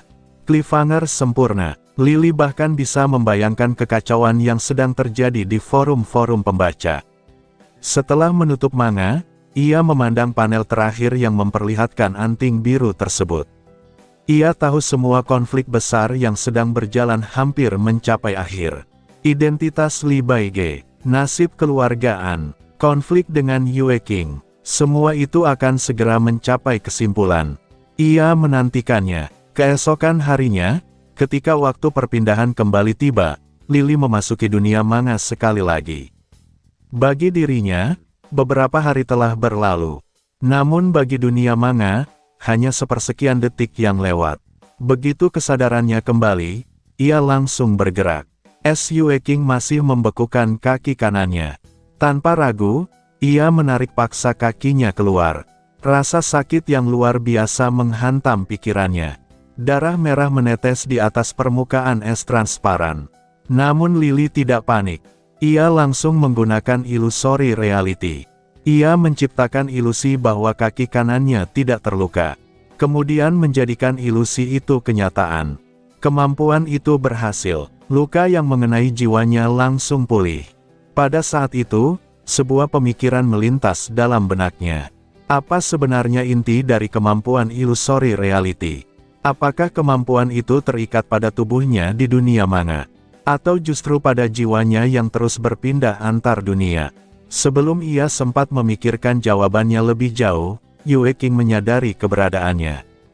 Di tengah kegelapan, pria itu bertanya dengan suara gemetar siapa yang ada di sana. Lily tidak menjawab secara langsung. Ia mulai memainkan pertunjukannya. Suara benturan terdengar dari atas. Sekali, dua kali, tiga kali, seperti seseorang sedang memukul langit-langit yang semakin turun. Seperti sebuah peti mati yang perlahan menutup. Suara itu bergema di ruang sempit yang sudah menjadi mimpi buruk bagi Yue Qing. Napas Yue Qing menjadi kacau. Ia merasa ruang di sekelilingnya semakin sempit. Langit-langit terasa turun, dinding terasa mendekat, tangga tampak terbalik, udara terasa semakin sedikit. Ia mulai kehilangan kendali. Ia memohon agar dilepaskan. Ia berteriak meminta tolong, bahkan memanggil ayahnya, seseorang yang sudah lama mati. Dalam keadaan setengah sadar, Yue Qing melihat bayangan pria tua yang dahulu mengurungnya selama eksperimen. Pria yang membuat hidupnya menjadi neraka. Pria yang menghancurkan masa kecilnya. Ia merasa dirinya kembali menjadi anak kecil yang terjebak di dalam kotak sempit. Tidak berdaya, tidak bisa melarikan diri. Tidak ada seorang pun yang datang membukakan pintu. Sementara itu, Lily mengamati semuanya dengan tenang. Ia memahami sumber ketakutan Yue Qing. Dahulu ayah Yue Qing adalah seorang peneliti kemampuan yang gila penelitian. Ia menjadikan anaknya sendiri sebagai bahan eksperimen. Yue Qing tumbuh di dalam ketakutan terhadap ruang tertutup. Ia membenci ayahnya. Ia membenci Yue San. Ia membenci para bangsawan yang menggunakan hasil penelitian tersebut. Namun pada akhirnya, ketika memperoleh kekuasaan, ia justru menjadi bagian dari sistem yang sama. Ia menjadi bangsawan. Ia mendukung eksperimen. Ia berubah menjadi sosok yang dulu ia benci. Dan kini semua ketakutan masa kecilnya kembali menelannya. Ketika es mulai mencair dan Yue Qing perlahan kehilangan kemampuan untuk melawan, Lily akhirnya memahami sesuatu. Kemampuannya tidak pernah benar-benar hilang saat ia kembali ke dunia nyata. Kemampuan itu tetap ada, hanya saja tersembunyi jauh di dalam jiwanya. Menunggu sampai ia kembali ke dunia manga. Illusory reality bukan sekadar kemampuan yang dimiliki tubuhnya. Kemampuan itu telah terukir ke dalam jiwanya sendiri. Kemampuan untuk mengubah kebohongan menjadi kenyataan. Kemampuan untuk membuat sesuatu yang tidak ada menjadi ada. Kemampuan yang terus berkembang seiring keberaniannya mempertaruhkan segalanya. Di tengah pemahaman itu, sesuatu berubah. Bayangan-bayangan hitam di sekelilingnya mulai bertransformasi. Ratusan gagak hitam memenuhi langit. Mereka terbang tinggi, berputar di atas kota seperti badai kegelapan. Kekuatan yang selama ini tertahan akhirnya menembus batasnya. Illusory reality berevolusi. Kemampuan konsep miliknya naik peringkat. Dari bereng menjadi areng.